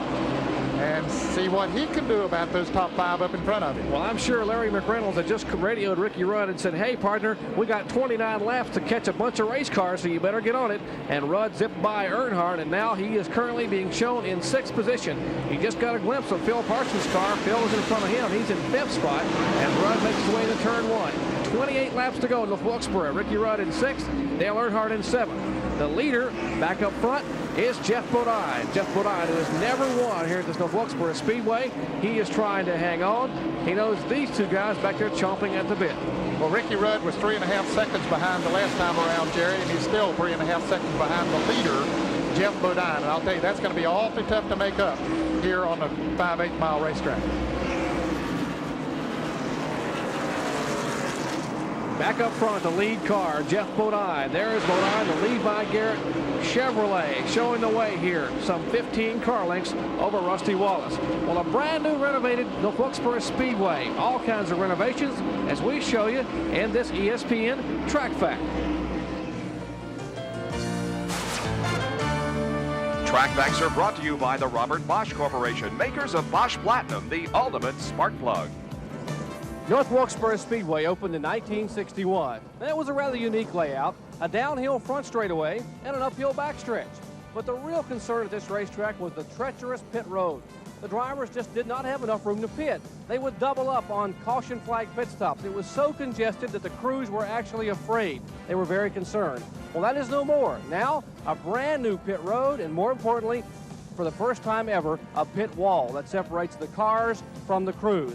And a beautiful brand new garage area. A dugout area between turns 1 and 2, a covered garage area for each individual team and driver. This one-of-a-kind victory lane here at Wilkesboro Speedway, unique to stock car racing. This hydraulic lift, you simply roll the winning car and driver on the lift. It picks the car and puts it right up on top of the infield media center here on this beautiful checkered flag floor for all the fans to see. Quite a spectacle here at North Wilkesboro Speedway. Just over 20 laps to go. Who will get to be on that lift and be in victory lane? Well, right now it's Jeff Bodine showing the way here as the laps wind down. Stay tuned. Back at North Wilkesboro Speedway, 15 laps remain here in the Holly Farms 400, and Jeff Bodine is showing the way. Bodine, the left of your screen, that white, yellow numeral car number 5, and the interval between Bodine and the Rusty Wallace, 1 second. As Wallace trying to reel in Bodine. Remember, Wallace had that front end problem. As there's Bodine, the left of your screen, the leader, and Rusty Wallace currently running in 2nd spot. Let's check the interval coming out of turn 4 and see if Rusty is catching him at all.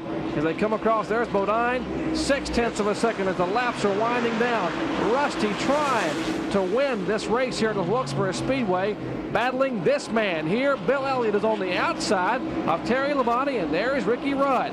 They're battling back for 4th spot. Labonte is 4th, Elliott is 5th, and Elliott trying to take that 4th spot away.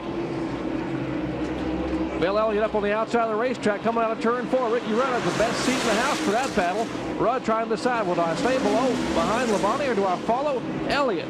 And now Rudd says, well, I'll make my own groove on the inside, but there's no room there at all coming out of turn 2. Not enough room down there on the inside. Labonte continued to hold that inside groove, but it seems like the second groove or the outside groove is working better right now, so Ricky Rudd decides he'll try that, but Bill Elliott hasn't made the pass totally yet.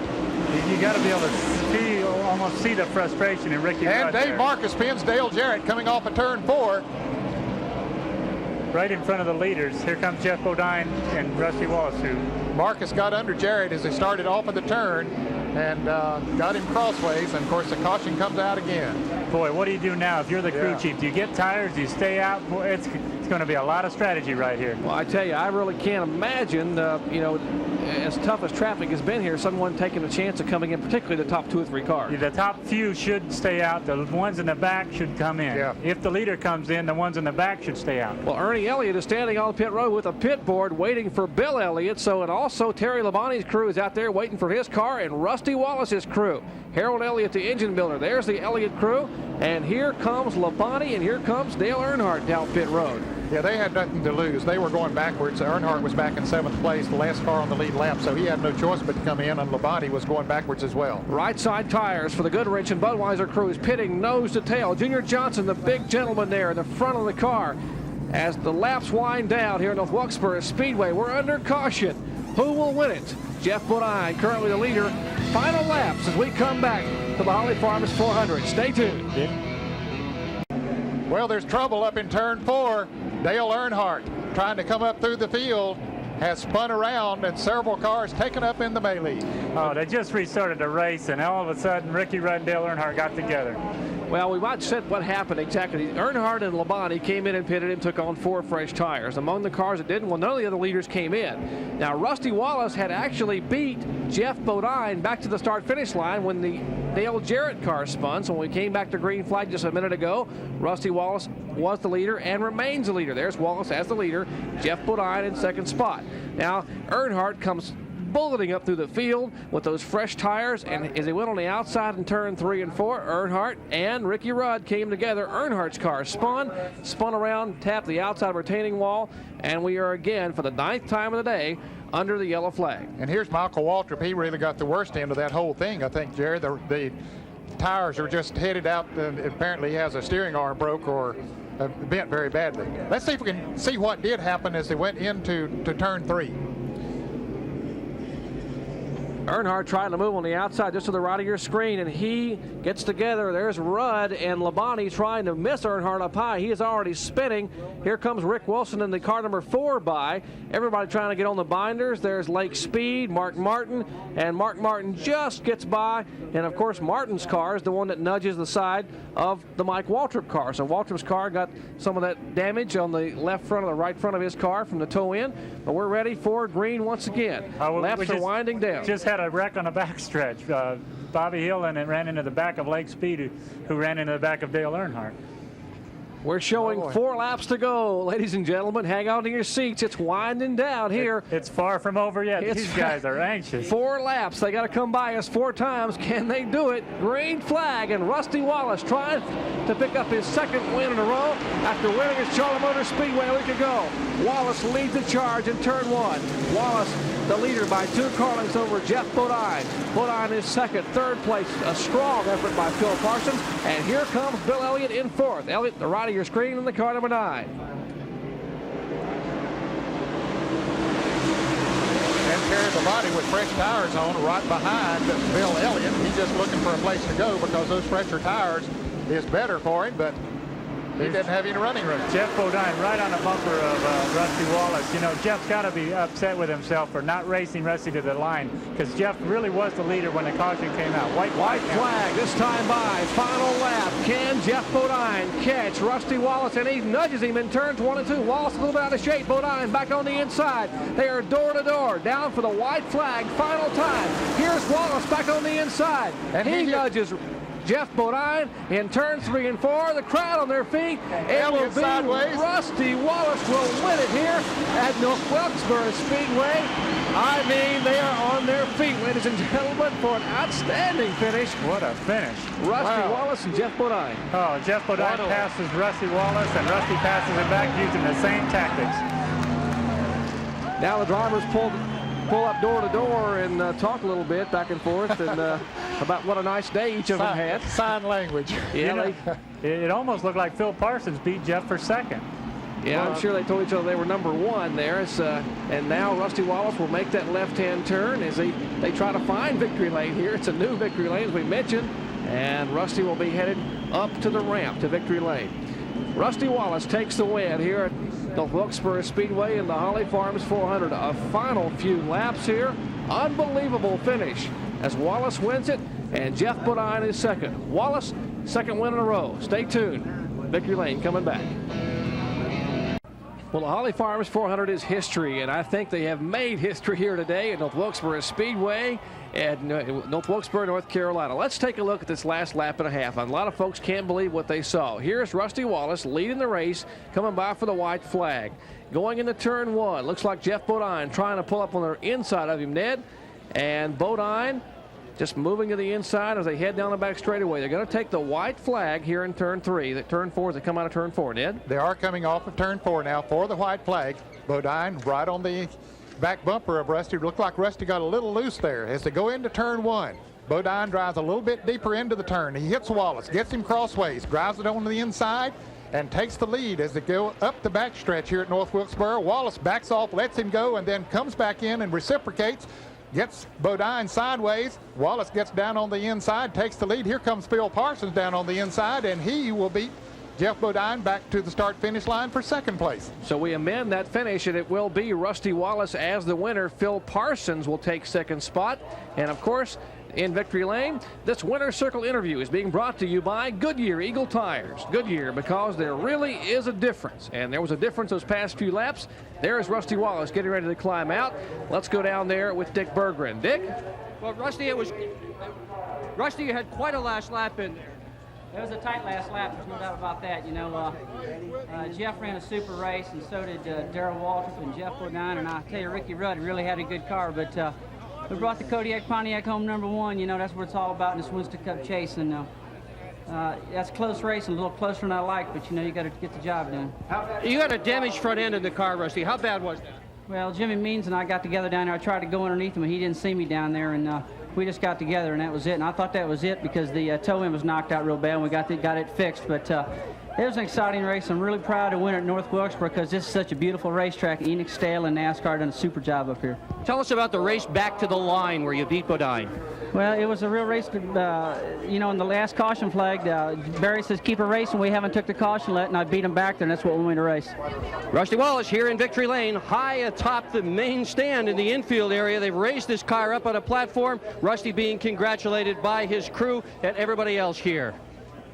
Rusty Wallace picks up his 4th win of the year, his 8th career win, and of course he moves even closer to Bill Elliott and that coveted Winston Cup point title. We'll tell you how close it is when we come back. Back at North Wilkesboro Speedway, people are still standing in the stands, shaking their head. They're sort of numb after those last couple laps. I think it's worth one more look to see exactly what happened. Let's take a look. Going into turn 1 here, Jeff Bodine, the car number 5, currently running in second spot behind Rusty Wallace. Now, Wallace has a half a car length going into 1. Short track racing at its finest. These cars will run again, probably no more. And a Bodine, the rear bumper, shoving a little bit for Rusty Wallace. Now, Wallace a little bit out of shape, gets the car. He's trying to gather the car back in, but there's the open door for Bodine. Bodine slides by on the inside of the racetrack, heads down the backstretch. Now Wallace is back in the full throttle. He has gotten the car straightened out, but Bodine has already made his move by. But Wallace is not through. It's his turn. In turn 3, front bumper, Pontiac to Chevrolet, Kodiak to Levi Garrett, and Bodine trying to hang on. All that tire smoke as he drifts up high. Rusty Wallace will make the move inside of turn 4, and here comes Phil Parsons. He will sneak by about 3 feet and finish second.